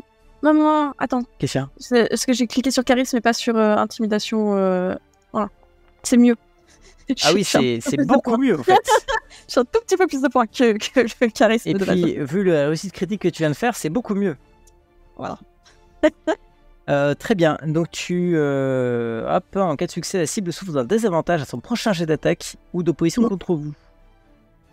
Très bien. Et le cheval qui est à proximité s'ébroue, mais c'est la chose qui fait Tanorivel, c'est à toi. Maintenant, tu n'as plus de doute. Au sol, Albert gît dans son sang. Du coup, je me mets à hurler de rage. Et je vais lui décocher une flèche. Sur Albert? Non. Sur celui qui est en bas en train d'essayer de grimper? Sur le chacal qui est juste en dessous de moi, là. Très bien. Et du coup, les attaques sournoises, c'est uniquement au corps à corps, j'imagine. Non, mais il faut que l'ennemi soit prise avec un autre allié pour pouvoir la faire. D'accord. Ok, bon. Donc, tu as un avantage. Voilà. Mais là, le fait d'être en hauteur sur lui, c'est pas un avantage. Le fait d'être en hauteur sur lui te donne un avantage, si. Bon, et bah du coup, je vais tenter de me déchaîner sur lui. Allez.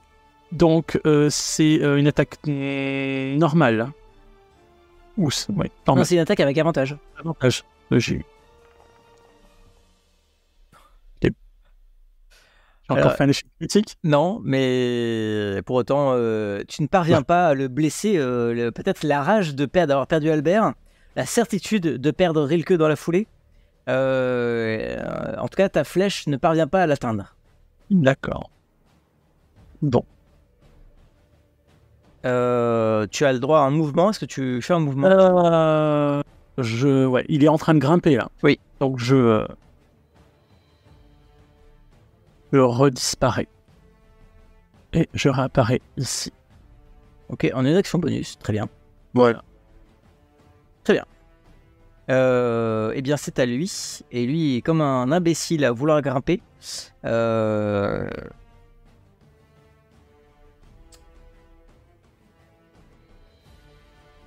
Du coup, il continue son action. Il n'y a pas de raison qu'il abandonne.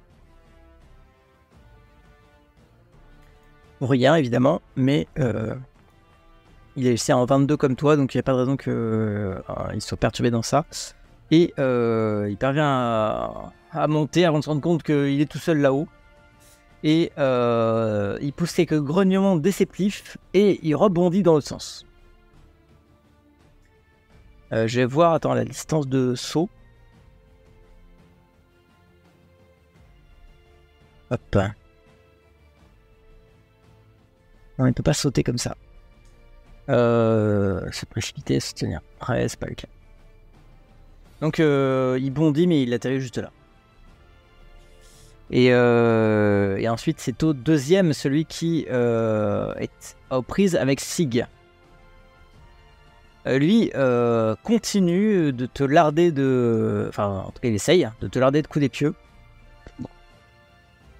Avec des avantages du coup. Avec des avantages parce que tu lui as lancé un regard noir. Il va lancer son désavantage.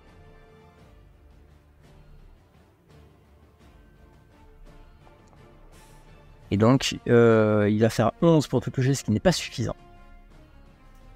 Faut dire qu'il est un peu impressionné par le petit alpheline qui lui fait face, la petite alpheline qui lui fait face.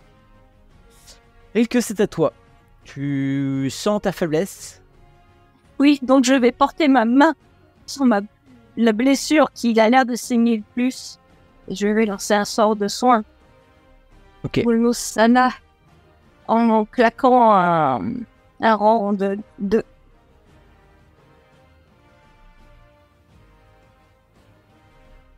Ok. Oh, c'est pas vrai. Effectivement, le stress de la situation peut-être te perturbe et ton sort est moins puissant que d'habitude, alors que pourtant tu lui avais donné plus de charge.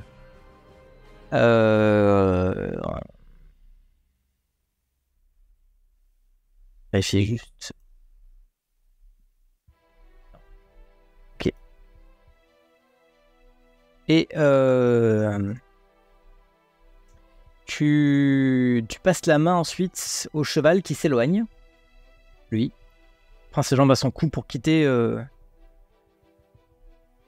l'endroit.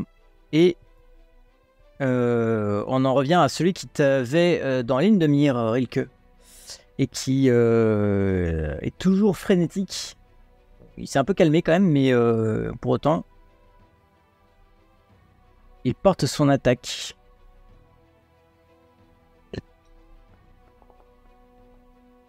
Avec un excellent coup d'épieu. Faut dire que tu étais occupé et déçu par l'effet de ton sort. Mais il ne te blesse pas beaucoup.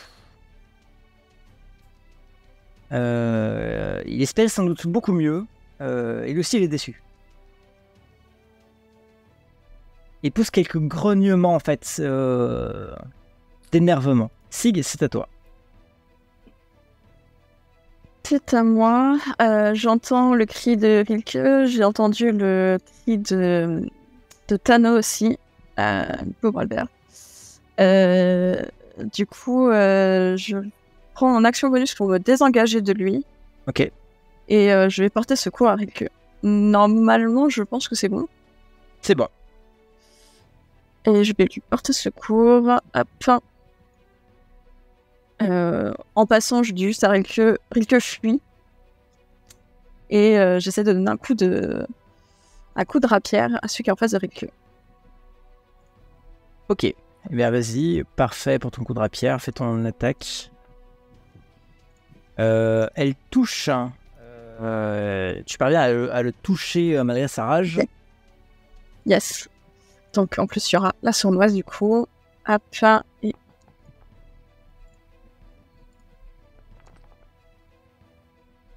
Et donc tu lui infliges 14 de dégâts.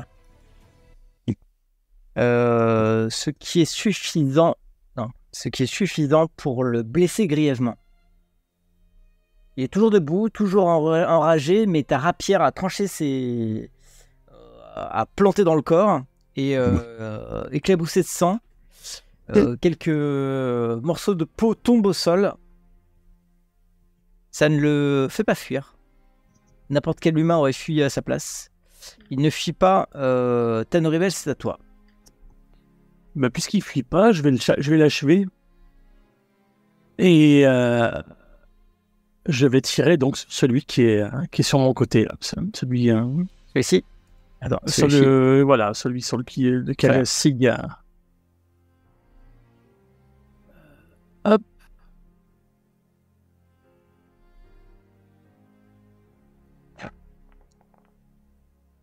Je l'ai même caché, moi.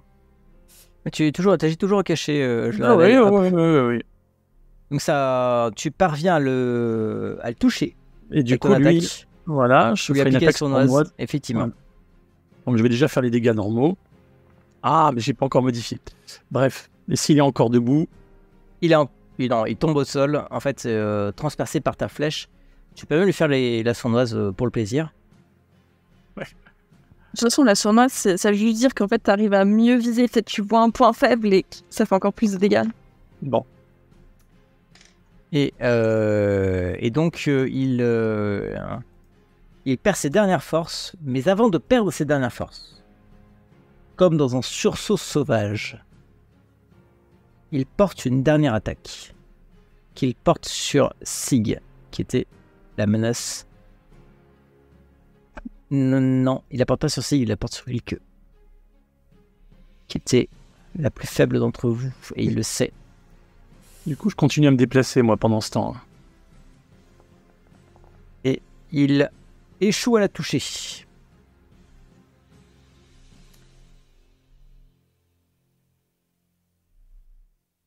Et il s'effondre au sol. Non, j'ai raté. C'est pas celui-là, c'est celui-là. Voilà. Il s'effondre au sol. C'est à... T'es passé où Ah oui, tu t'es éloigné là-bas. Non, Okay. oui, je continue à m'éloigner. Ok.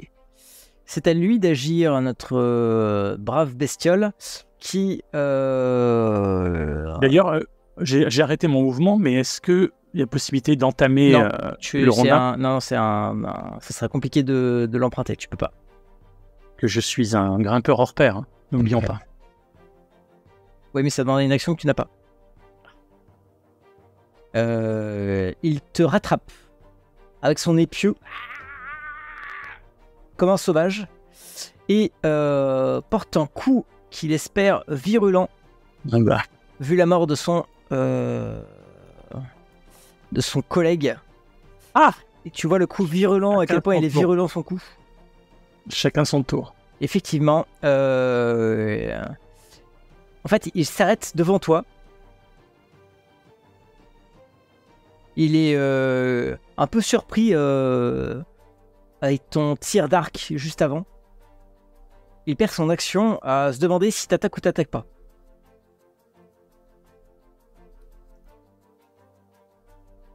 Et c'est à l'autre qui était de l'autre côté du ruisseau qui lui traverse le ruisseau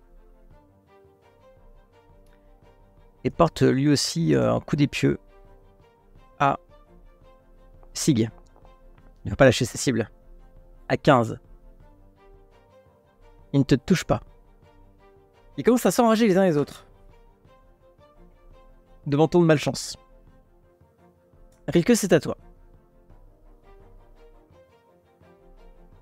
Je souffle une bouffée de gaz nocif vers lui. Vulnera Pelum. Tu t'avances un petit pas, du coup? Comme Ouais, d'accord. ça c'est de portée 3 mètres. Château.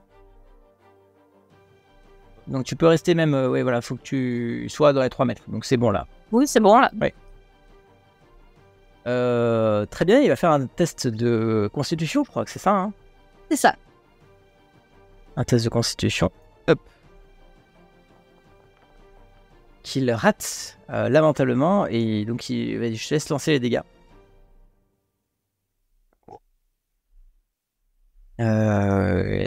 Tu l'intoxiques. Et lui aussi se met à tousser comme l'elfe précédemment, quelques heures plus tôt.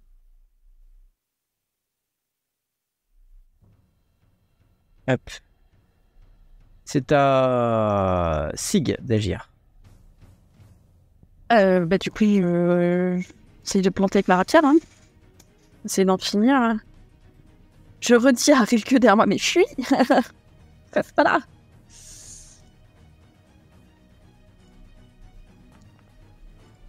Et non, c'est pas suffisant pour arriver à lui arracher le reste de vie. Tenorivel, c'est à toi. Bien. Bien. Tu es au contact, ce qui rendra compliqué l'usage de ton arc, mais pas impossible. Ouais. Ça se fait en désavantage, j'imagine. Exactement. Et je peux pas l'attaquer avec ma rapière. Non. Et tu peux pas l'attaquer avec ta rapière. Non, pas ça. Donc je vais quand même.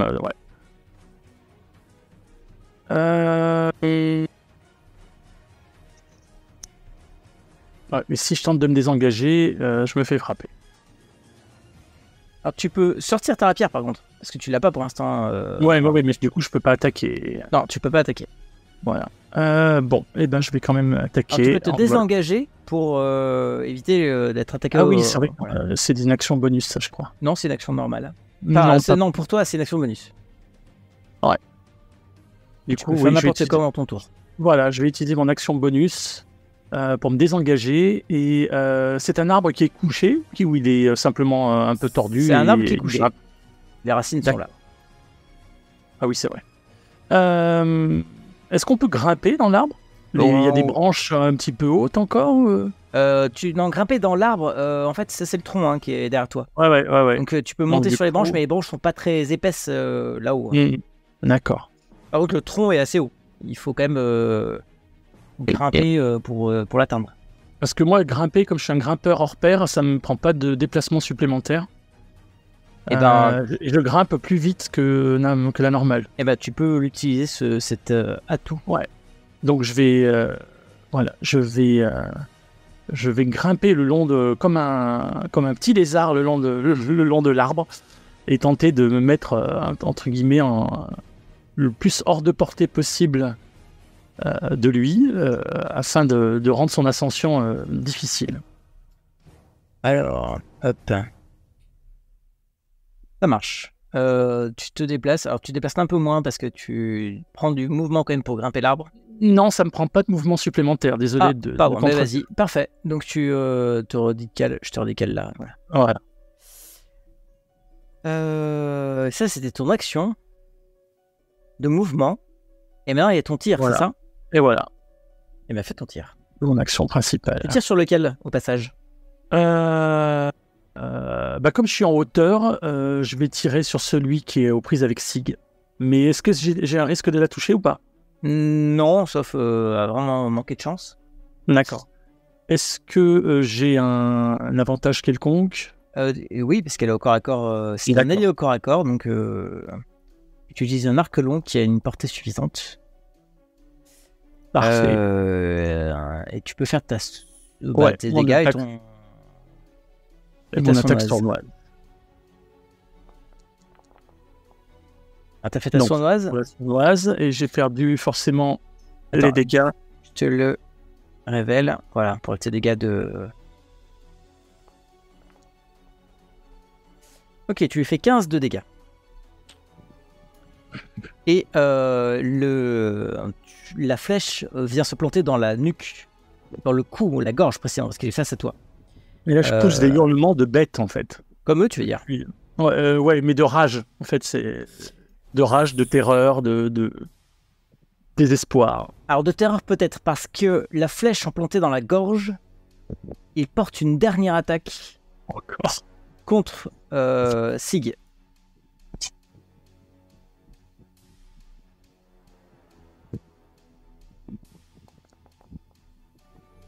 Et celle-ci, elle touche.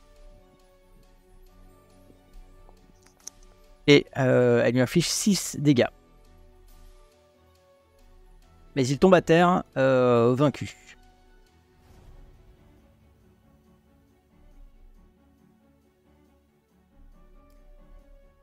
C'est ensuite à l'homme bête qui reste. La créature ne s'embête pas à te courir après Tanorivel, c'est peut-être trop compliqué ou trop intellectuel pour lui. Il bondit en direction de la créature la plus proche, c'est Rilke. Qu'il attaque de son épieu.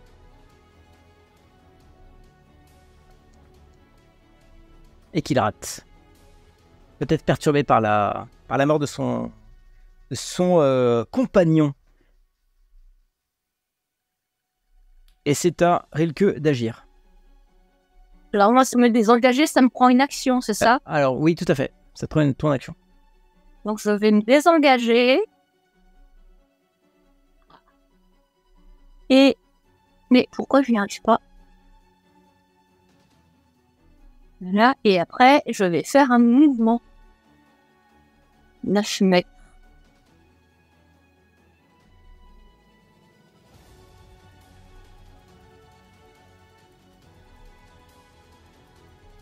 Ok. Tu t'éloignes. Sig, c'est à toi.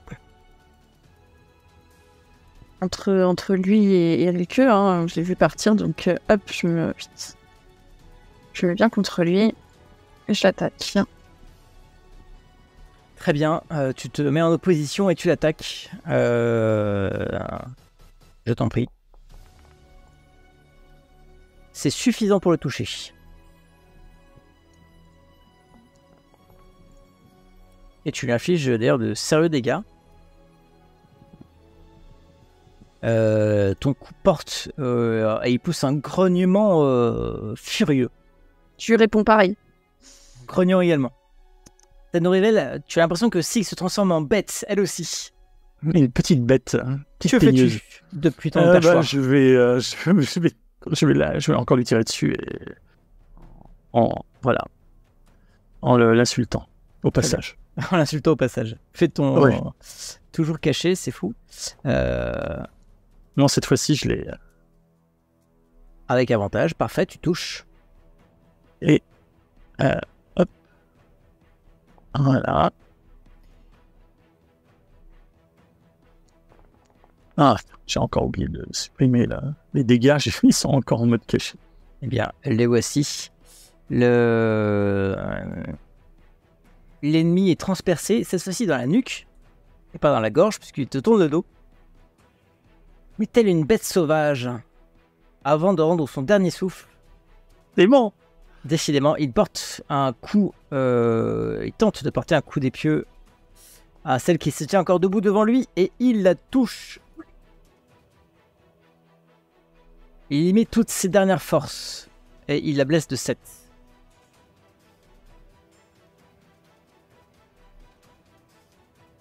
La blessant sévèrement, avant de tomber à terre, et que le calme rejoigne le ruisseau, le sang se mêlant à celui des eaux claires de la petite Valdine, ou du ruisseau local, en tout cas de ces bois. Descend en catastrophe. Sig met un genou à terre et à moitié penché sur sa rapière là. Elle a du sang partout. Et elle est pas bien. Elle est pas bien. Du sang coule le long de ses vêtements, de ses plaies. Elle n'est pas la seule à pas être bien. Le corps d'Albert, tu le vois, Tanorivel, en descendant précipite vers lui. Hein. Précipite vers lui. La suite la prochaine fois.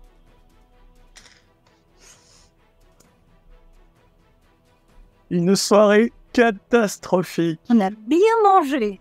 C'est catastrophe alors majuscule. Enfin,